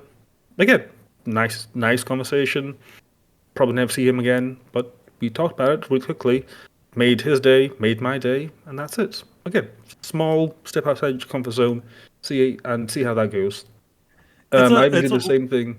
Yes. no, I Sorry, was gonna Manny? say it. I was gonna say it's like it's building a familiarity with a like situation. So you see a person on the elevator. Just even if it's just small talk. You build a sort of rapport, and eventually that might end up being some sort of friendship, or it could just be just for that moment. I mean, if I remember me and Tony, because Tony's taking the bus more to work now, and he's getting to know the bus drivers. Yeah. And I remember talking about like that when I was doing full time in New York. Just you see these bus drivers every single day. You see the morning guy, the evening guy, and you get to talk with them. Little small talk each time. Yeah. Yeah. Remember, hey, I missed you yesterday. Cause Yeah, that was what he said. Yeah. Yo, Hey, I missed you yesterday. Yeah, I because remember when Tony. Manny was here, I didn't go to work today. I worked from home, and then I took the bus the next day. Manny came with me. He's like, I was like, hey, you missed you yesterday. Yeah, where I'm at, my bus driver before all the whole thing with the pandemic, I got off at I rang the bell and I was getting. I was like, hey, what are you doing? This isn't your stop. Like he He knew knew, where I yeah. was coming from. And I was like, yeah, I'm visiting somebody. He's like, Yeah, oh, happy. Hey, all you getting right. off of Parsons? Yeah, It's like- yeah, exactly. You getting off of Houston? Yeah, Houston. You know what I'm saying? Houston. All right, man. Good stuff. Let's move on. Ronan back, man. We've kind of talked about this just offhandedly, but this one's more direct. This will be an easy one to answer, though. Okay, he goes. One argument I've seen this year is that manga sales are vastly outperforming Western comics because of PC/woke culture has crept into comics industry and it's turning many fans away. And that seems like a very jaded assumption to me. Perhaps that has an effect, but I never saw points made on requirement/time to produce black and white manga versus fully colored comics, or the manga to anime pipeline for series to increase popularity, or how brutal a schedule manga artists and animators for anime have to keep up to put out work. What are your thoughts on why manga is outselling traditional comics? As Manny and I always say, Manny, I'll let you give more of a detailed answer because manga is giving people what they want. Yeah, well, Yeah. I'll just say this: Yeah. like manga, at least is giving people escapism. Yeah, exactly. Not- They're giving people what they want. They're not injecting all this like current social stuff. They're just like, hey, you want to see people beating the shit out of each other? Here you go. Simple as that. I think the thing about it is it's like sometimes a lot of manga and Japanese stuff is very sort of surface level sort of entertainment, and a lot of at least I feel like a lot of the mainstream U.S. comics industry is trying to latch onto current events, which they think will are part of an audience that they're sort of looking for. In general, it is all people just trying to tap different aspects of our world to try to generate sales, to generate business. It's I liken it to being like a carny, right? You go out there, you're going to tell people the things that they want to hear to get them to continue to keep coming back, and that's what I think. That's what a lot of this sort of idea is coming from.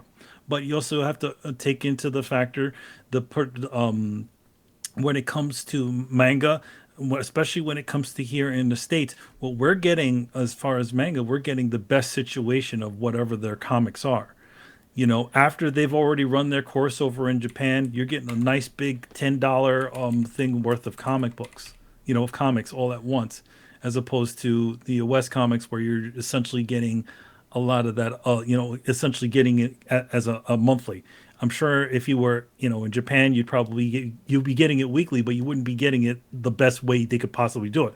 And one of the things that also, again, another people don't talk about is, yes, the amount of time that it takes to do comics. But here's the thing: it's not, they don't take drawing this shit isn't any better for anybody on either side, on either coast. It still takes man hours. The only difference is you don't see the credit sheet on the manga artist. You only see one guy. Nobody ever talks about the background artists that they hired, the additional inkers, the people that they hired to do duo shade or zipatone stuff on there. Letterer, they got a whole all that, team. yeah. They got letterers. They got a whole team behind there. The whole team that you don't even know about of assistants working on these things to get these things out. Yeah, a couple other things I want to just jump in. Again, I feel either because Manny and I talked about this shit all the fucking time. No, we talked about it in this show. Okay, but because I feel we've done this before. Like the other one is and I guess we'll try to distribution, right? Comic books, you could only buy physical comic books at comic book stores. Manga, you could buy them wherever the fuck you want. Also, try to jump into X-Men, right? Try to jump into Spider-Man. You can't do it. Manga, One Piece. When you go One Piece, you buy the first volume and start and go from there. Manga is so much easier to get into, Yeah, and I think the one big thing of that the comic industry has underestimated, and they treated manga or Japanese, this stuff as a joke. They didn't look at it. They didn't try. Because at the same time, they looked at, it's that Japanese stuff. And they're like, we're better than them. The thing about it is that you got to understand is that at this point in time is that they were competition and they always have been competition. And what are they doing right that's getting the eye of the young? And that is the key. Yeah. Look at all the people out there watching My Hero Academia and all that stuff. Yeah, a lot of them are our age, but a lot of them are younger. And why are younger people being attracted to these things? I think a lot of times it's because this content is not talking down to the viewer, and that's what the comic industry at some point realized, that the kids that they were reading these things didn't want to be treated as kids. The whole thing with Image Comics, a lot of those were just real deep stories. They weren't all the superheroes bullshit, and that's what I love. And then also the space of manga is a lot more varied. You can buy a manga on anything that you are interested in. You can, if you're into soccer, there's a soccer comic. If there's a football, you're into football, there's a football comic, and there's literally the best basketball comic that had ever been created that comes from Japan. Slam dunk. Fuck.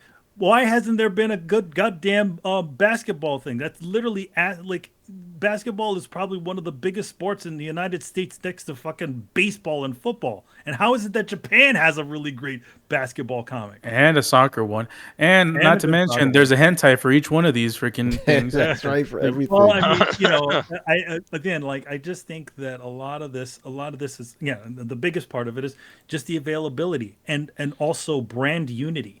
You look at Spider-Man right now. Spider-Man's making millions and millions and millions of dollars. That's not coming back to any of the comic books. Nope. Nobody who's going to see fucking Spider-Man No Way Home is reading any of the goddamn comics. But the people who went to see what was that that Japanese movie, the anime that came out? Demon Slayer. Demon Slayer? Those motherfuckers are watching the series and buying the comics. Yeah. Well, because it's it's all secular. It's the same thing, and the comic promotes the movie, promotes the show, promotes it. All goes around in a circle. Whereas in Western comics, it's all persona non grata. You go out there and buy your Marvel Legends toys. There's no Marvel comics that are sitting next to it. You go to buy the new Marvel Cinematic Universe movies. There's no comics that are sitting next to it that they were based off of. Yeah. Yeah, and also not to mention, well, there's a couple of more things, but one of them is the manga is the gospel. That's Yeah. that's the doom and gloom of the story, and that's what it's ever gonna be.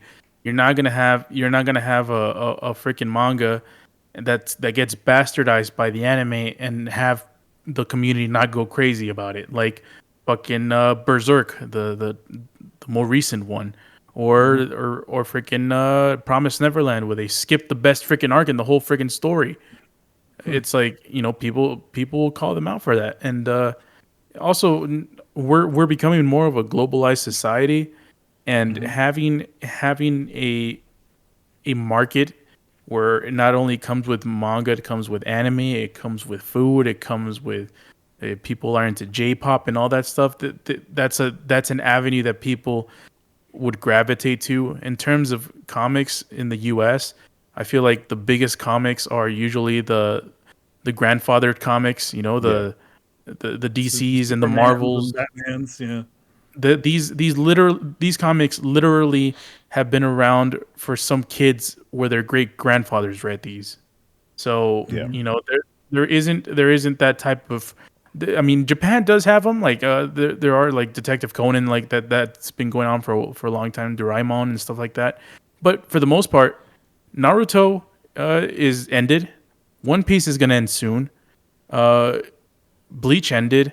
Like all the major like super big comics end. They have a start, they have an end. They don't have an alternate dimension or alternate universe one unless it's the Fate series. But like most of them are just canon. The Berserks, the One Pieces, the One Punch Mans, the My Hero Academias. They're just one story. The Demon Slayers, Well, just one Well, story. the one thing about also that is that it's also like if you look at the ones that are the sort of replenished ones, they are usually sort of what do they call it?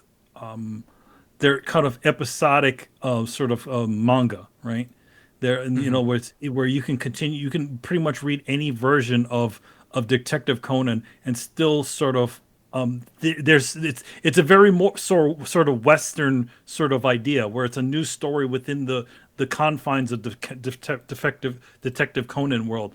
He doesn't really grow. He doesn't really grow too much as a character. He will always be reassured to come back to the same thing, and that's a lot of the classic manga. Like Go-Go 13, Conan. A lot of those other ones where they're sort of you could stick as many stories in there as possible, and it still doesn't. They still go back to square one, kind of like the way the Marvel superheroes and DC guys go back to, where they're like. I always think of this like Dragon Ball Z, right? The continuous plot of Dragon Ball Z. He was allowed, Goku was allowed to grow from a child to an adolescent to an adult, get married, have a child, and then his children's children have kids. Be a grandfather. No, He also- barely any American comic or Western comic it does that. Maybe Savage Dragon. They tried to do that Invincible. with Spider-Man. I could swear I had a series where Well, it showed I he mean- No, got it's just some married and he had Elseworld a, stuff. It's never. No, he it's had a it's sort of kid. it's never. It was the wedding it's- of Peter it- Parker. But they always it's- reset it then.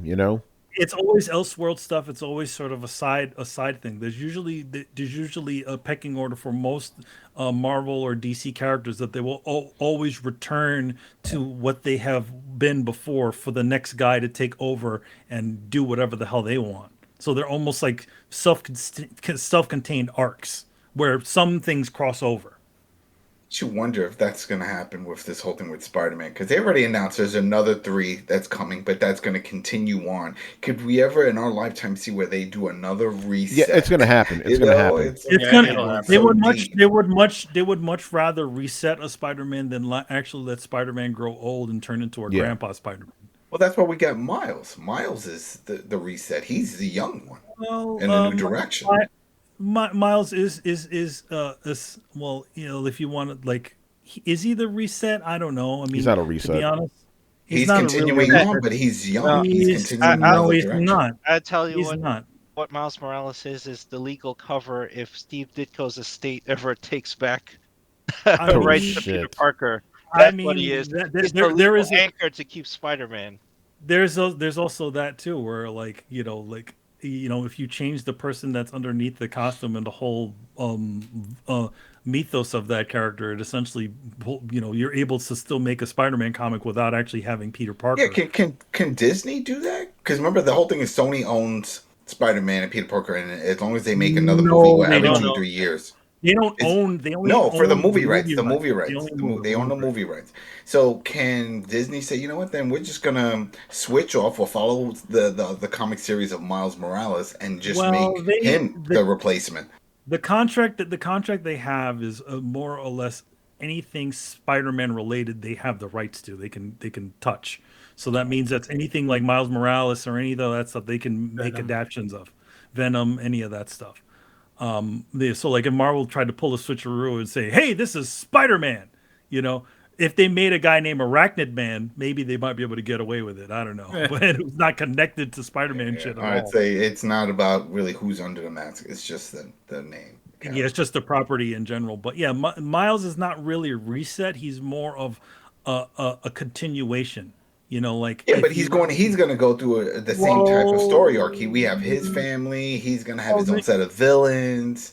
It's originally what Miles was a continuation of Ultimate Spider-Man. They killed off Peter Parker, probably around the time when Steve Ditko's estate started when the time I can't remember how many years that they can contest the ownership of Spider-Man, but whenever that happened, they probably killed him off, and then they had a new Spider-Man, which was actually a lot better than having him in a world of 1,000 Spider-Men.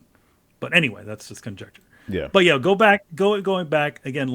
I feel like now more than ever, manga has we've literally had full generations, maybe full generations of people who've grown up with anime and manga on TV.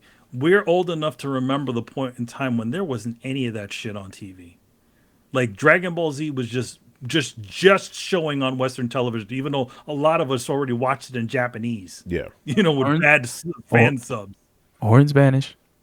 Yeah. or in Spanish, which is still a very good adaptation of it. They go crazy on there. Oh yeah, those voice actors are like gods in freaking Mexico. But yeah, like again, like now the availability is so easy. You can go almost anywhere and pick up a manga. But again, I think what the biggest issue with comics is just not being able to get it so easily. During the pandemic, it was probably the biggest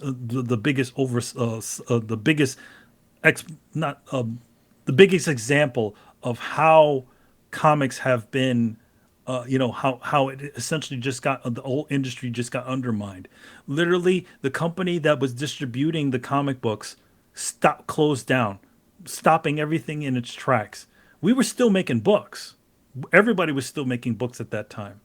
And then you can't go to a Target or the places that people go to regularly to pick up a normal comic book.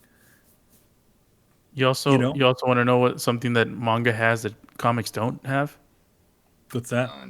You know who it is. It's the manga guy. Oh my god.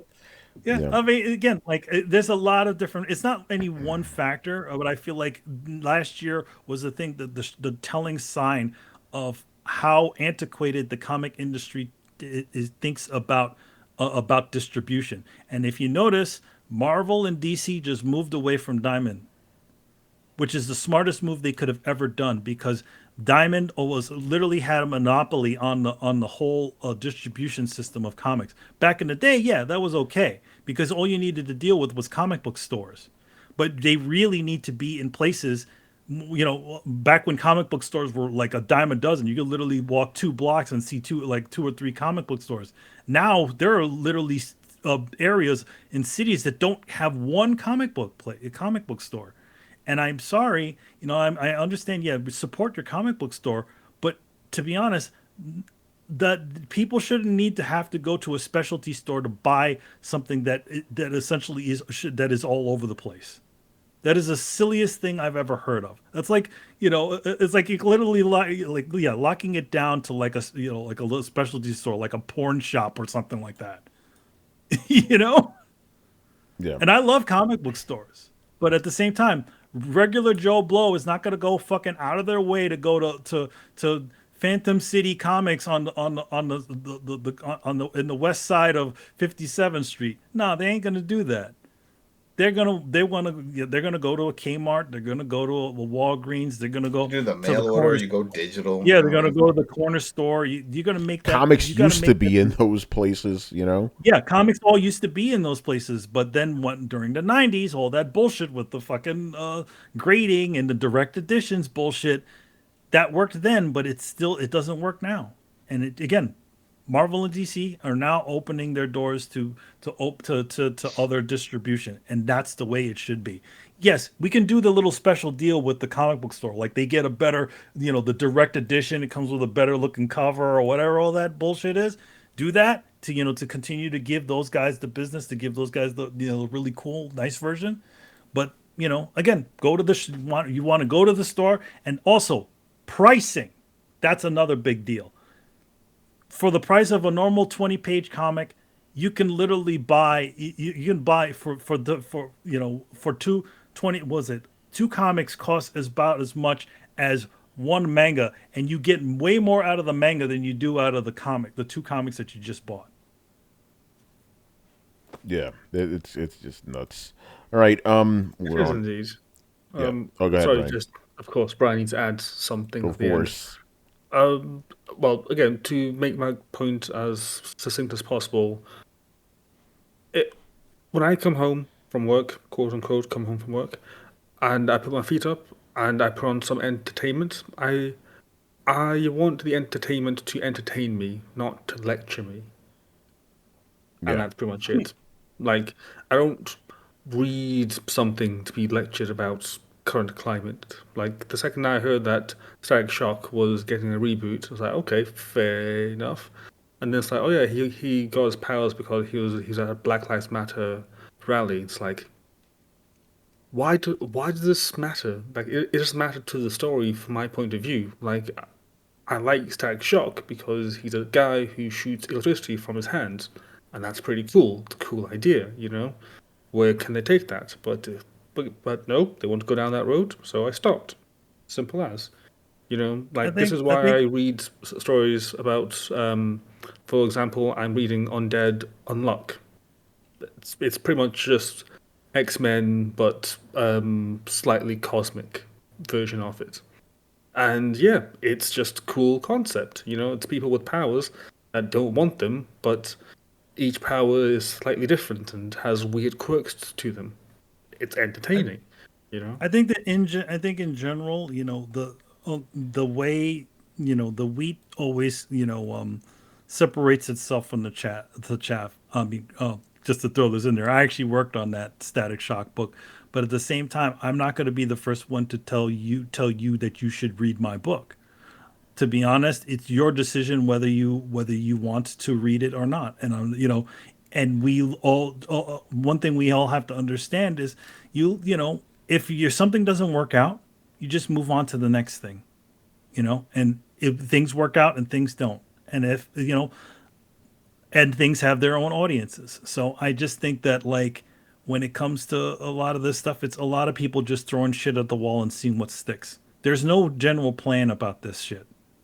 People are just doing what they want, doing what they do, and if it works, it works. If it doesn't, it doesn't. And if you don't, the telltale sign is if you don't see these books, some of these books coming back when they come back. Yeah. All right. Move on here. Next question, also from Ronan. This one's a bit of an oddball question.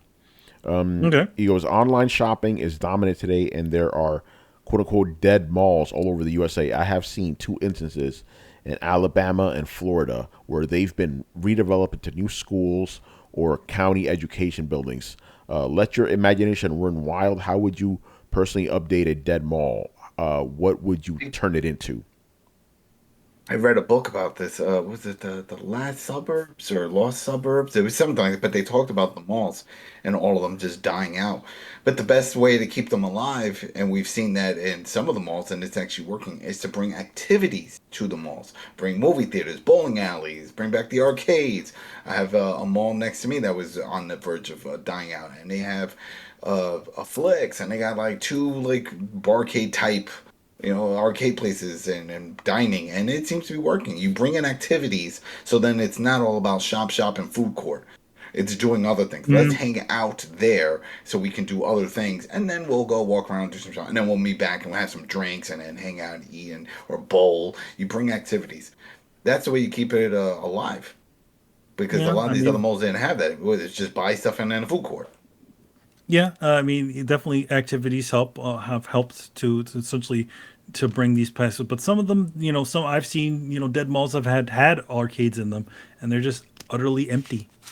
I think the one thing about like the mall, it sort of killed the mom and pop store, and I feel like in general, even now with those mega stores and stuff like that. I feel like one of those things that maybe the mall needs to turn into is maybe a place for the community. Just sort of jumping off of what Adam said, of the town. Like why wouldn't you have a lot more of the local places sort of local businesses taking over these sorts of spaces? Yeah, have your local bowling alley just and join in, and then having all of these things in there, essentially trying to redefine about what the mall is supposed to be. But as far as me doing to a mall, I mean, I would like to do that. Like have my biggest dream would be to have a mall, not a mall, but like a movie theater. What was it? A toy store and a bookstore all in the same area where essentially you go to the movie, like talking about brand recognition and shit like that. You go to see your Spider-Man movie and you can literally turn to the left and see that there's a bookstore that's selling comic books of Spider-Man right there. Or you can buy your Spider-Man toys and shit like that. All right there waiting for you, and having that arcade there too with just that one space where you can literally, you don't need to think too far. You just need to look to the right direction and you'll find the additional things. Because one of the things about the zeitgeist in general is you always see that once these things start to come out, it starts to get into people's brains, and then people start to scramble and look for those things again. We're talking about the Matrix right now, right? Everybody's in Matrix. Some people are very excited about the Matrix or thinking about seeing the old Matrix films again. Now, what if you could go to when you go see the new Matrix movie, you look over to the left and you see there's a fucking DVD store that's selling the thing or selling some codes that you could get the previous Matrix movies on your phone or tablet. Just all putting that all together. Yeah, I think he was there with Fandango. Fandango has like you buy a ticket and it was like, oh, here it's available for streaming on these other platforms. The previous ones if you want to watch them. Yeah, I think he was more. I mean, those answers are obviously valid, but I think he was more asking like, how would you turn that space into something else? Like, remember he brought up schools or whatever. The thing is, obviously, I would kind of go with you guys with the more entertainment route, but it's like, what would it be that doesn't already exist? Movie theaters already exist. CD stores don't exist anymore. CD stores don't exist. Yeah, Music they don't. Stores But don't like, really exist. And warehouse. That's it. They turn into because I've been thinking about this. I'm like the places I would put in there don't exist anymore. Bookstores are pretty much dead. CD stores don't exist. Record shops. Arcades don't exist. You build a essentially, so it's like all the things I would, because like I remember this is when I was a fucking kid. I had this vision of like having a mall, but it was like a comic book store, DVDs and shit. Nobody cares about that shit anymore. Like physical media is just. So I don't know what I would do with it. I think the only thing I would do is like I would turn the mall into a big amusement park that's full of zombies, right? And you're just gotta escape from it or something like the Dawn of the Dead or something. Because I'm like, I have no ideas. Like people don't go to places anymore. The places they used to go to, they don't exist anymore. You know. Here's the thing. I think people don't think of the thing about it is that people do think about these things, but they only do it when they're sitting right in front of it. Yeah. And the price, and obviously if the price is right. You catch a person while this thing is still in their head. If they're going to see Matrix movie, the Matrix movie shit is sitting right there next to it.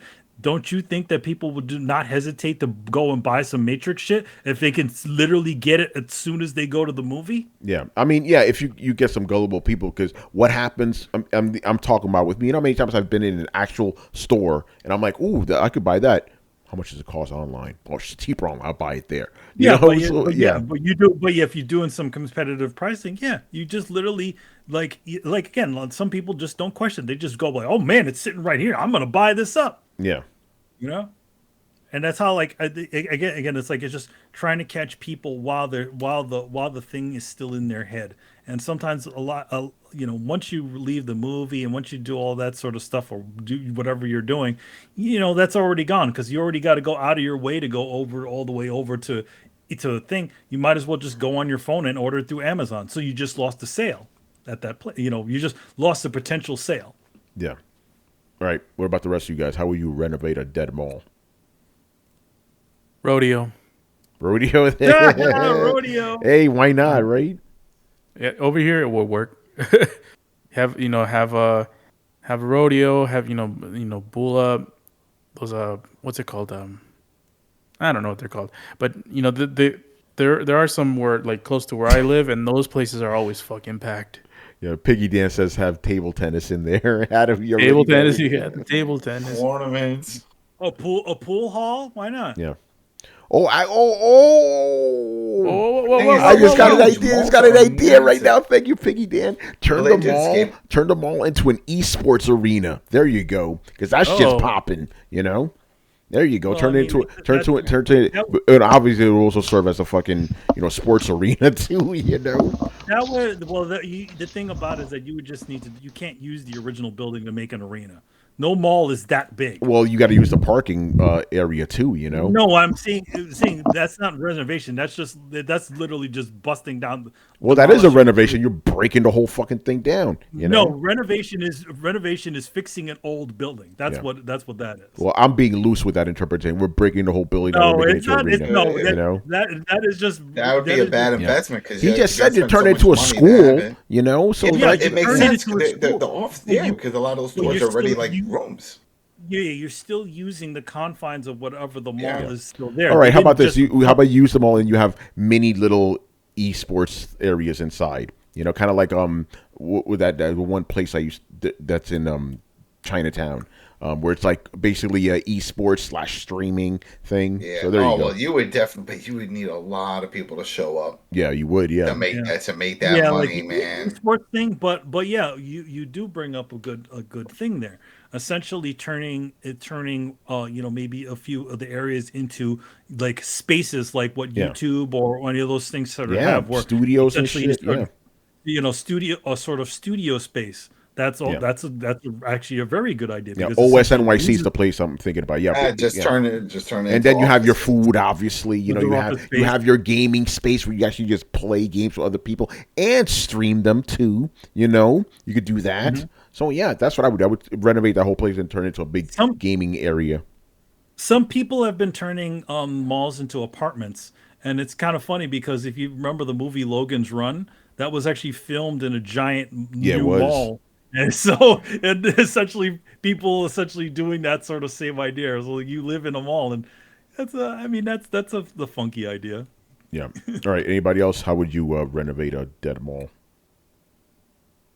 A little bit of a tough one, Yeah. It's just a skate park. The ones from what I've seen, they've made them into greenhouses. They've made them into warehouses, space for like Amazon fulfillments and all those type of things. Or a skate park. I've seen what they do is what they call antique malls, which essentially people. Well, that's a lot, a lot around here in Pennsylvania, where it's essentially people buy space inside of a department store to sort of sell off their old things. So that's what we call it. Mall? Yeah, an antique mall. Yeah, essentially they take over, like, let's say ANS had left. ANS isn't around anymore, but an old ANS area, and they turned the department store into essentially an antique mall where a bunch of people can rent space inside of it. Yeah. All right. Go How ahead. about laser tag? But you can do that. Americans like shooting The up biggest public laser spaces. I tag mean, ever. yeah, I The mean, biggest laser tag I on mean, Earth. it would be really interesting to do that, because essentially you have obstacles, stairways, all kinds of funky stuff. You Yes, could turn the and- atrium into one. Make it a whole rec center. Have a climbing wall and all that type of stuff. These- Laser tag room and gaming There's these- Laser center. tag with a full bodysuit at if you don't contact. Damn right, full body suit. You shot him in the leg. Now he has to limp because it adds extra weight. It's sort of throbbing. That'll be Yeah, I mean, I do like the idea of the sort of skate parks idea, because it keeps the kids off of a lot of the, the public areas, right? Like, grinding on the curbs of things and all kinds of other things, where essentially you have a really nice park. That's kind of what Flushing Meadow Park did pretty recently. They actually put in a pretty nice skate park over there. yeah. Yeah. All right. Anybody else? That is a no. So we'll move on to the next one. The last two questions of the night from Dumeki. Look at that. I don't know if he's still around. In the chat. He might have went to sleep. Might have. All right. Well, he's Oh, in New Zealand. Zealand, so it's So- like the afternoon. Yeah. probably. Right. All right. First one. What would be your ultimate summer/winter holiday? Mine would involve my wife and daughter, a GT car, think Aston Martin DBS, and a road trip through Spain, France, Italy. Ambitious. Ultimate, like, vacation? Summer, winter, holiday. Yeah, I guess vacation. Yeah, because he's from New Zealand, so they would say that. Yeah, vacation. Yeah, Yeah. Huh. I mean, I'd just say any weekend, any amount of time where I don't need to worry about all the different shit that I need to do. It doesn't matter where it is, whether it be another country or something, where I essentially just been able to walk away and not have to think about any of that sort of stuff, and just be in the moment and not have to run my business, at the same time. I feel like a lot of my vacation time has been sort of, what do you call it? Sidelined. My enjoyment has sort of been sidelined because of the fact that I'm still communicating with people and start, moving and shaking and trying to keep things afloat, while I'm away. All right. What about Carlos? I'm going right to you, man, because I know you're always thinking about shit.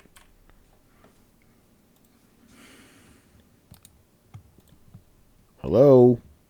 Am I fucking sleeping? Right. What Oh, about I was muted. I was Yeah. muted. My bad. For the summer, it'd be difficult because I don't want to go to a place that's like super hot.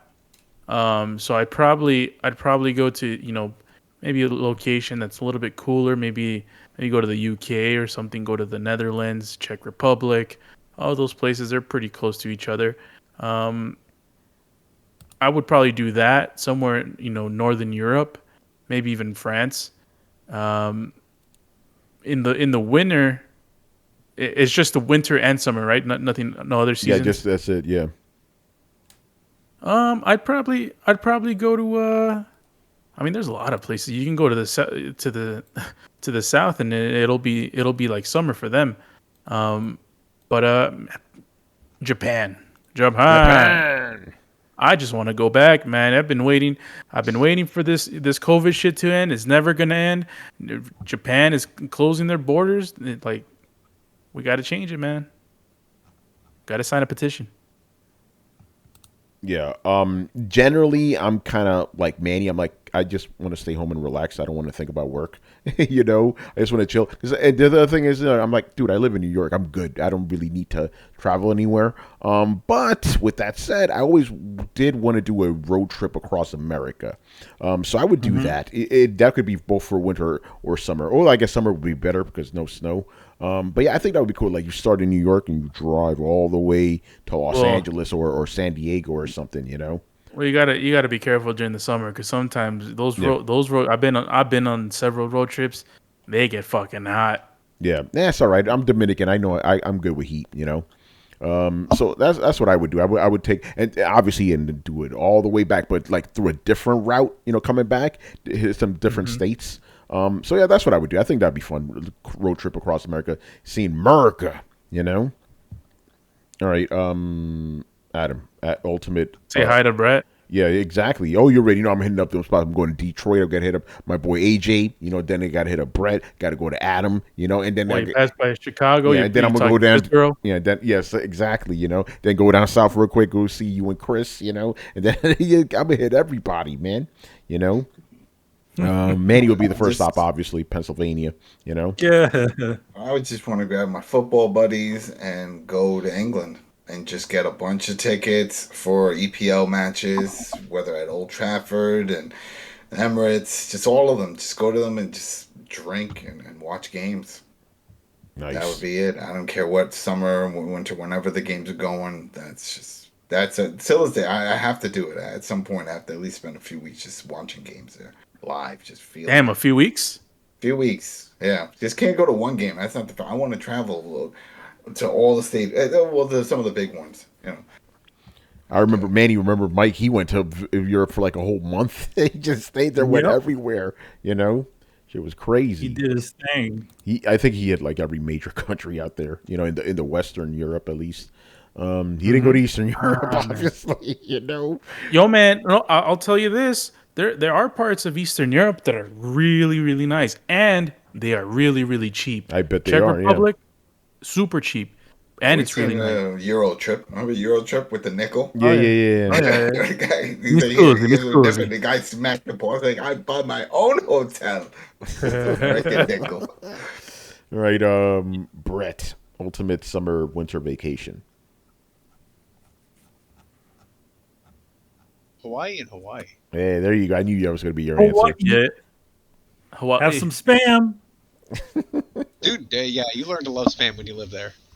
Spam is good. Oh man, I could never love spam, man. Oh god. I like spam. I got no problem with it. Fry that shit up. You're good to go. Yo, Manny, I was the same way, but there are ways because it's that it's the process. It doesn't work with fucking adobo, man. No, adobo makes everything good except for fucking spam. Now you got to have it on its own. Yeah. There are recipes for spam that are salvageable. I will say that there's also some stews. Like there's one pretty famous Korean stew that uses spam and it's really good. Man, you gotta slice that shit thin and fry it like bacon. Dude, I used to eat that shit raw too. Oh, but not raw; it was always cooked, but right out of the fucking can. I didn't care. It was salt. Me, I like salt, so that shit was good. So I'm guessing you used to be all over those Vienna sausages. They were back in the day. Yeah, you already know. La salchicha. That's all we had back in the day. That's all we had, a fucking salchicha, man. Salchicha, I can eat that, but that's not spam, is it? No, it's not. It's not. But it's the same kind of cheap meat. I mean, I like those better. Yeah. I like those better too, the little cans, and you got the juice in there too, and you spin it and shit, I bet motherfuckers don't even know what we're talking about right now. I know what you're talking about. Yeah, I'm talking about the guys in the chat. Brett. What's up, man? I'm with you on spam, by the way. All right, Brian, what about you? Ultimate vacation or holiday for you? For me, it'd have to be somewhere northern Norway / Sweden. Just so I can watch the Aurora Borealis, and then just enjoy the fact that this is caused by the thing that is protecting us from dying of radiation from the damn sun. That's right, man. And then one day engulf us all. Yes, exactly. Like it's just it's an event in my opinion. Just seeing it, and it's like this is again. You can't see the field, obviously.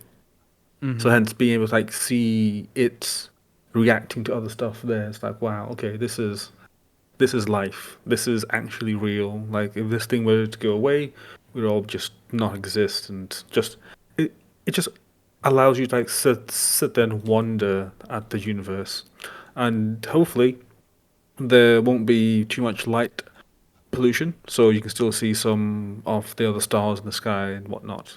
So yeah, I am more of a cold guy, and plus Tony took my answer off the bull run. So Okay. Well, that was. Wait, what's that mine?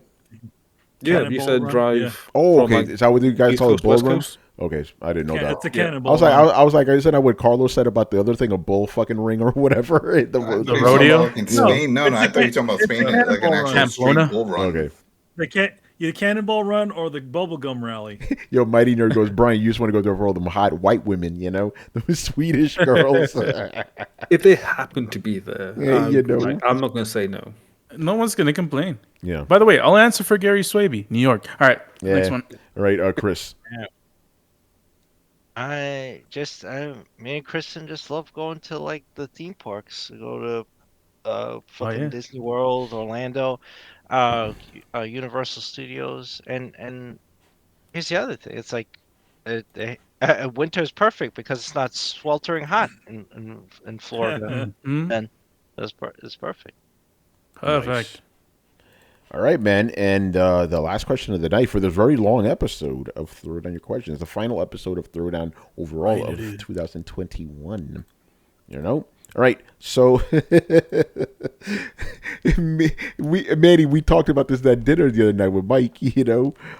When did you realize or when did you learn that Santa Claus wasn't real? And he goes, yo, sorry, spoilers if you didn't know that. So yeah, what were the circumstances? How did you learn? You know, he goes, older sibling, whatever. How did you learn? So I'm gonna go down the line here. We'll start with Chris first. How did you learn Santa Claus was not real? Oh, see, we spoiled it for Drunken Guardian, man. Fuck. Oh shit.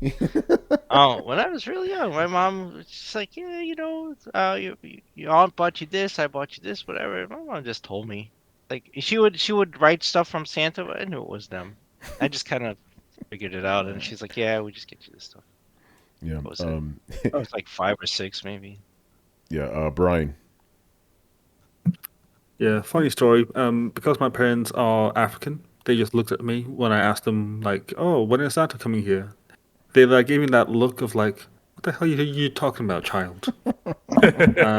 Damn. They just gave me that look, and then that's when I knew that okay, what's going on? And then they just never again.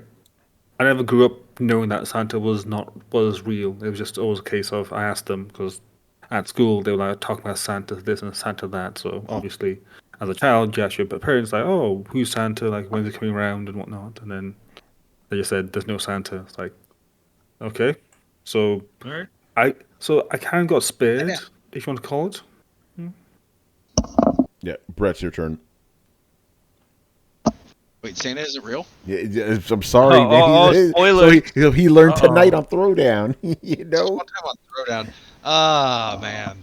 No, I learned from kids in school just about the time you started going to school. Because, the one kid in, like, first grade, kindergarten, was like, yeah, they found out, so they have to go and tell the whole fucking class.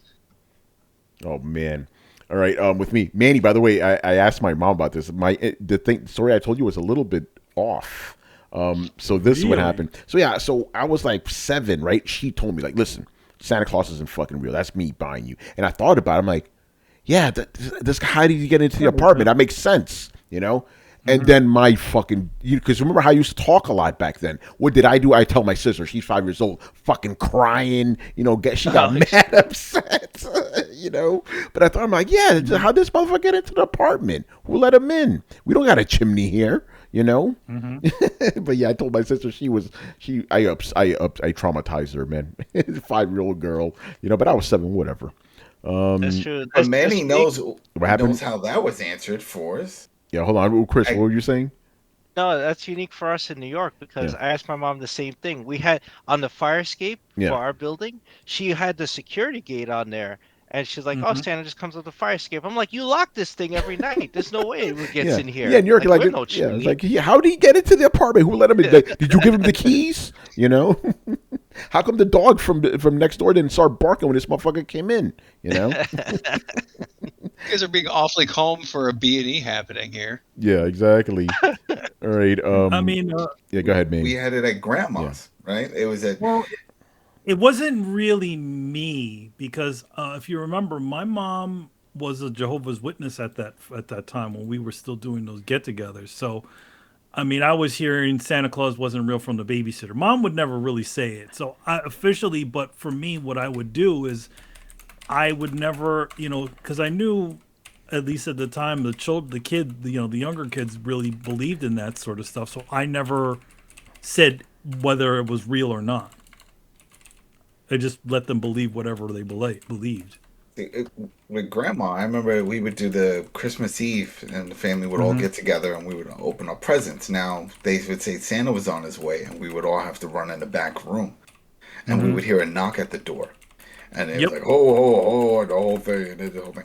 But I don't remember what age, but it was definitely younger. And I found that front closet that was right there. I opened it, and I saw bags of presents. I saw all the presents, and that's when I knew. But yeah, we had a lot of other kids, little kids in the family, and I just didn't bother saying anything. And I was like, whatever, we're getting gifts, and I don't give a shit. Yeah, I never like, it was never like, I don't remember it ever being a revelation. And I was like, you know what? I get it makes sense because, I because I recognize mom or dad's handwriting or, or my grandmother's handwriting. I used to write Santa. But to be honest, it was such a light thing to me, and I feel like a lot of times kids they want the magic and all that silly stuff. If you don't pay attention to that. Like I started realizing a few things of that, and then also seeing fucking Toys R Us pricing on it. Sometimes they wouldn't take this, remember, because they had those stickers. Yo, Santa bought this shit from Toys R Us. And I'm like, oh, so Toys R Us. Santa's going to buy his toys. He's cheaping out. He's not making it with the elves. What the fuck? I'll tell you another story. He made my Voltron? I guess not. I'll tell you another story. So this was my mom had used to work at Showtime in New York. Literally the channel. And one year they had the Christmas party where they were going to invite a bunch of kids, and they were going to have Santa Claus there. So obviously, a lot of the parents, had already bought their gifts, and they were like, hey, give Santa Claus one of the, give the Santa Claus one of the gifts that you were going to probably give him for Christmas or something like that. So he had something. So my mom hadn't actually done the Christmas shopping as yet around the time of the thing. So she really didn't have anything. So my grandmother, what she did, she said, she's like, I have something. We can put that in there. So when I open up the gift, it's a glove, one glove inside of a box with a sequins sewed onto it. Because at the time, Michael Jackson was the thing, but it wasn't done very well. So I'm there looking as confused as possible. Like, why is this weird gift from Grandma supposedly coming from my grandmother coming from Santa Claus? Oh, man. See, that's... So everybody else got really cool stuff, and I got a cheesily sewed together sequin glove. A bedazzled glove. See, that's why you got to throw before bedazzled. Brett? That's why you got to throw out those red herrings, man.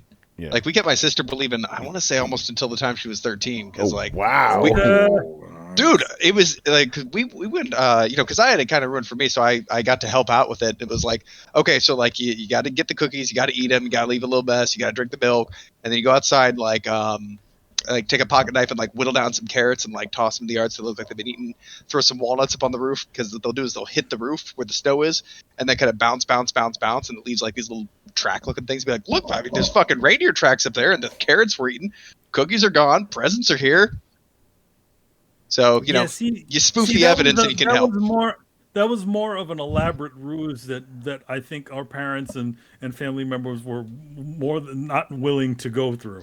Nobody was gonna go and dress up as a Santa Claus and come in the house. No, no, that was the thing. Like that's a great way to have them kind of figure it out, because it was always so it always had to be one of those like little sit in front of the fireplace. You just had to leave all the little things there and then let them find it. Be like, oh my god, I found carrots outside. Do you think it was because of reindeer? You're like, you know what?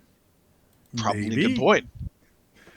But yeah, it didn't seem like a mind-shattering thing for me. I mean, I feel like I think a lot of kids, at least me and Adam, was just like, all right, makes sense. And it wasn't like, though I do have to say that my brother didn't take it very well when he sort What? of Oh, yeah Jose. when he Yeah. he didn't take it so well. I mean, it was I remember this conversation. We were in the car. And my stepbrother was essentially saying, it's fake, it's not real, and then it was just Michael made him so spoiled mad. it. He started spewing Yeah, on that? Michael spoiled it, or Michael spoiled it. Oh man. See, if I ever had kids, I wouldn't even bother. Like, listen, I got you that shit. I'm fucking Santa Claus. You know, like, no, they know, you know, like, white dude They were- breaking into our but the apartment. problem- It's me, you know. Granted, they did it to him when he was like very young. He was like, he was Yeah. still. No, Like, I wouldn't even lie. I'm like, listen, there's in no the Santa car Claus. seat in those days. With But you know, Magic and Childhood Wonderment, Tony? What happened? You got a problem with Magic and Childhood Wonderment? No, fuck that. They don't need that shit. You know, fuck that. You're like, listen, The guy who likes sci-fi and fantasy. What the fuck? Yeah. Yeah. The rest of your life is so horribly bleak. Like, at least give them the first few years before they learn life. why lie to them? You know what I'm saying? It's not lie. It's just to give them I wouldn't fun. lie to them. Like, listen, To believe- like, but Daddy, then they tell is the- Santa Claus real? No, he's not. I get you the present. That's me. But then you know? they go when they tell kids in school and they fuck it up for them, and that's the problem. It's Oh, just well, a domino. you know. But you also got to look at it from Tony's angle. His mom is very sort of literal. She doesn't sugarcoat it a lot at all. No, she doesn't. She'll just give it to you. She'll give it to you as is. So in general, it makes sense that Tony would just do the same thing as she pretty much did. Like, because I thought about, like, you know how annoying that was for 7 years you were lying to me. So I wouldn't put my kid through that. Like, listen, Oh, I disagree, man. It was not annoying, and also like I gotta personally say, like, I'm not a big kids fan, but like, you realize this is a tiny malformed person essentially going to a prison work camp for 8 hours a day, surrounded by sociopaths. Like, their life is hard enough for how little they are. Let them believe in something stupid until they lie have to them. Then They get so happy. Yeah. No, here's the thing. Now they know that gifts do come from mommy and daddy. We'll say that. We're like, oh, this is from us, this is from Mimi, this is from mom, and these are from Santa. We don't say everything is from Santa. Yeah, Santa can bring a gift or two. unless I find a guy called Santa, you motherfucker bought you a present, But again, I'm not gonna have this hypothetical. I don't feel comfortable with that lie, and I did get annoyed with my mom. It's like, you were fucking lying to me this whole time, really? Tony, let me put you this way. It's kind of something they do in the Hogfather. They talk about the Hogfather. It's actually a really good point, right? Like, you condition kids from the time they're small to believe these little lies. The Tooth Fairy, the Santa Claus, and all these things, and you condition them to do that because that way, when they grow up, they can believe in all the big lies like justice, fairness, and love. I don't want them to believe in that shit either, though. Fuck, don't learn about that. All that stuff is lie. Know it up front. Know it up front that is all a lie. I think that's better. That's the thing, though. It's a self-fulfilling lie. Because we all believe justice is a thing, we try and help make it a thing, and that's the only reason we have a semi-functional form of the idea of justice. Without that, that's it. No society. No, it's just like, you don't want to go to jail. Right? You don't want to go to jail. Don't break the law. Simple as that. I don't break the law because I believe it. Just like, I don't want to go to fucking jail. That's why I don't kill motherfuckers. Like, I don't want to go to jail. I like being free. Anyway, Carlos, how did you find out? Right now. Thanks. Yeah, right. Yeah. I'll catch you all later. No, I don't think there was ever a time where I believed that Santa Claus gave me presents. I always knew the story, but I don't remember ever believing that. Did you celebrate Three Kings Day? Yes, but we didn't get presents. Yeah, we didn't get presents. Yeah. Though. Yeah, we did that shit presents too. for Three Kings Day. We did Three Kings. Yeah. I think this has to do like growing up poor with Hispanic parents. Maybe it's all parents, but whenever they make an effort to get you something, they want the freaking credit. So yeah, I was never told that Santa brought me anything. Yeah. By the way, I need to add this right now, because somebody mentioned 13 years old. That's when my mom said, when I turned 13, like, I'm not getting you more presents anymore. You're too fucking old. No more presents for you.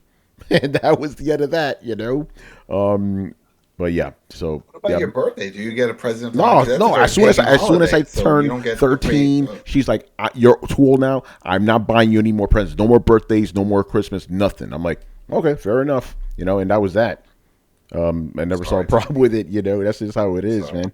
I didn't realize it was You an sort of age cutoff for gifts, man. Yeah, dude. It's like, Well, I dude, mean- when you're poor, you know, you got to cut that shit off eventually. Yeah, You know? no. You Just can buy get more fucking, gifts. Yeah. a little cupcake or something. You Yeah. get to it's a little. But the thing thing. is, You don't have to why? get big. What's the point of that? You know?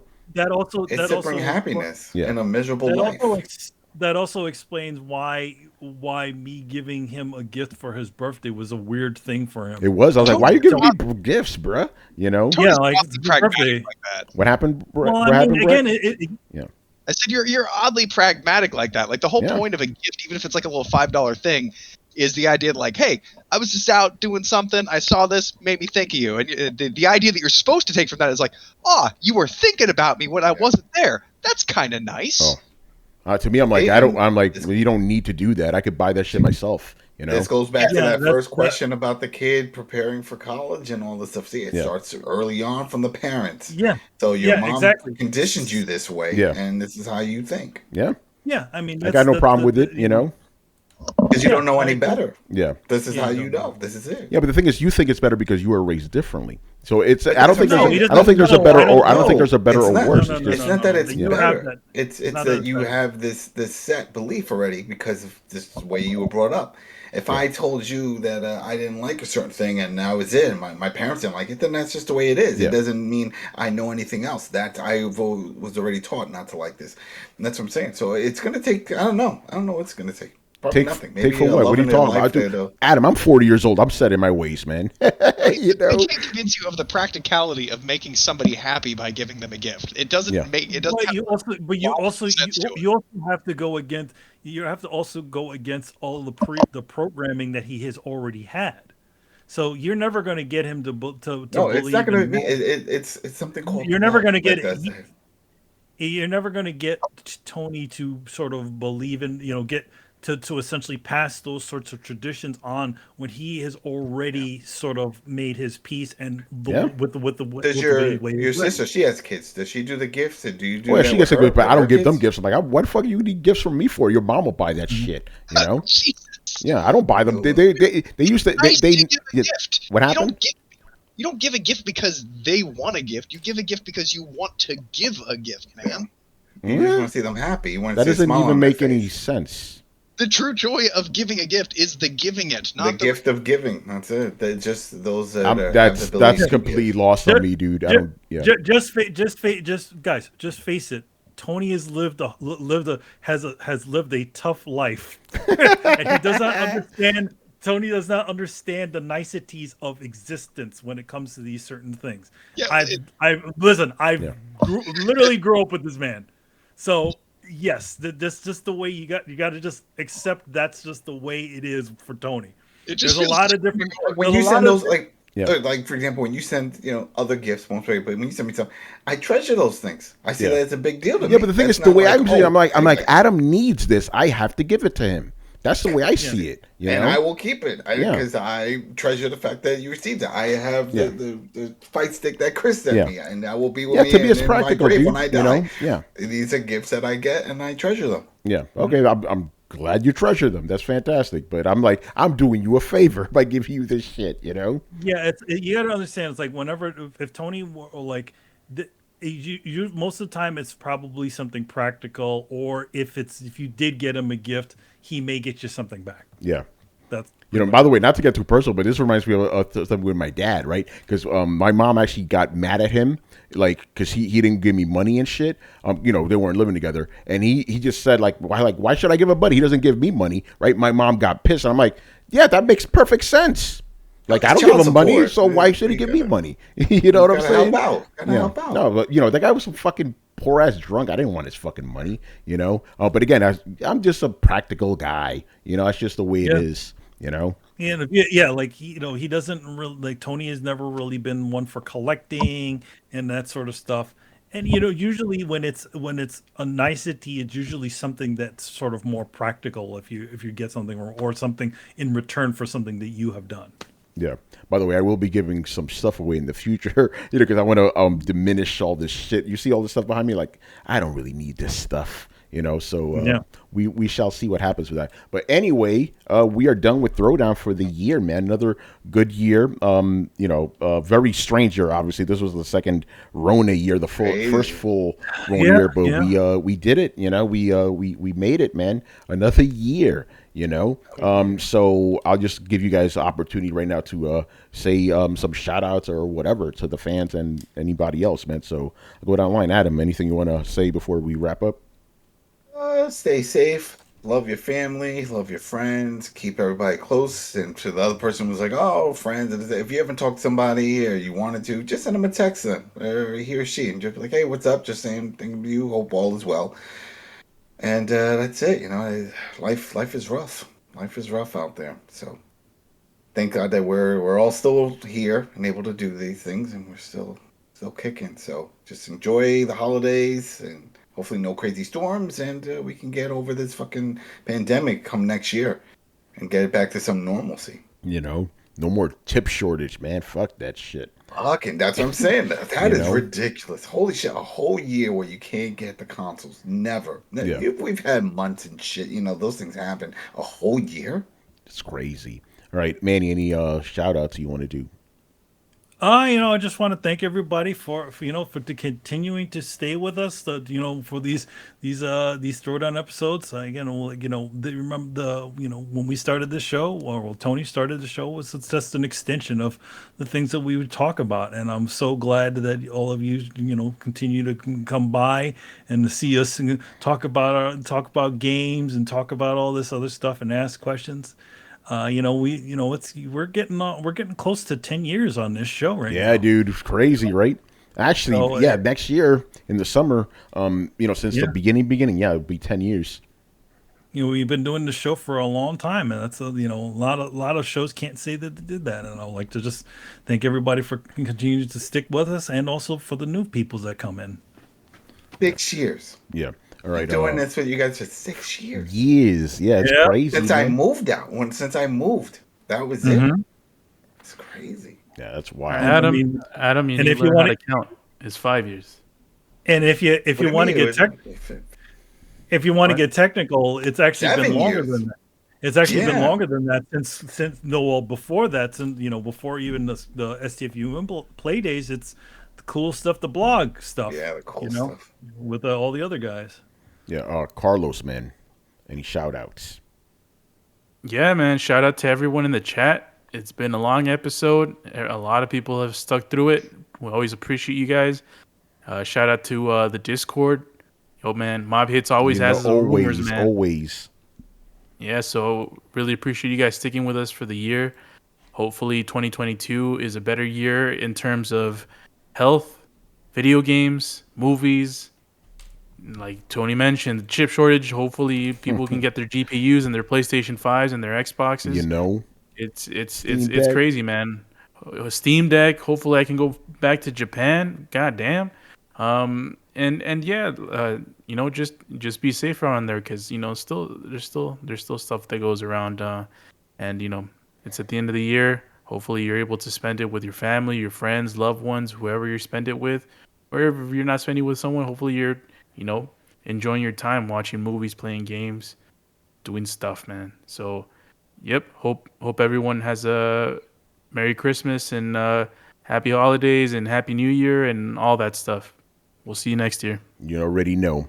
Obviously, shout out to the fans. If it wasn't for you guys, we wouldn't be here still doing this. Shout out to everybody who's joining us tonight, who stuck with it for 3.5 hours so far. Shit. Keeping this going on forever, and hopefully, like the fella said, hopefully 2022 will be better. Hopefully you get all our toys that we want, will be some good movies as well, and just more return to life. We're seeing this fucking Unicron shit going on right now. I don't know how that's going to play out, but hopefully it'll just be a little blip and we can finally get back to it. Yeah. And obviously I want to give a shout out to you guys right here in the panel. My brothers, that's part of the reason I do it. Like, I'm just chilling with my homies for 2 times a week, and there just so happens to be other people joining us, so shout out to you guys and all that. Even Manny, who decided to just leave for some reason.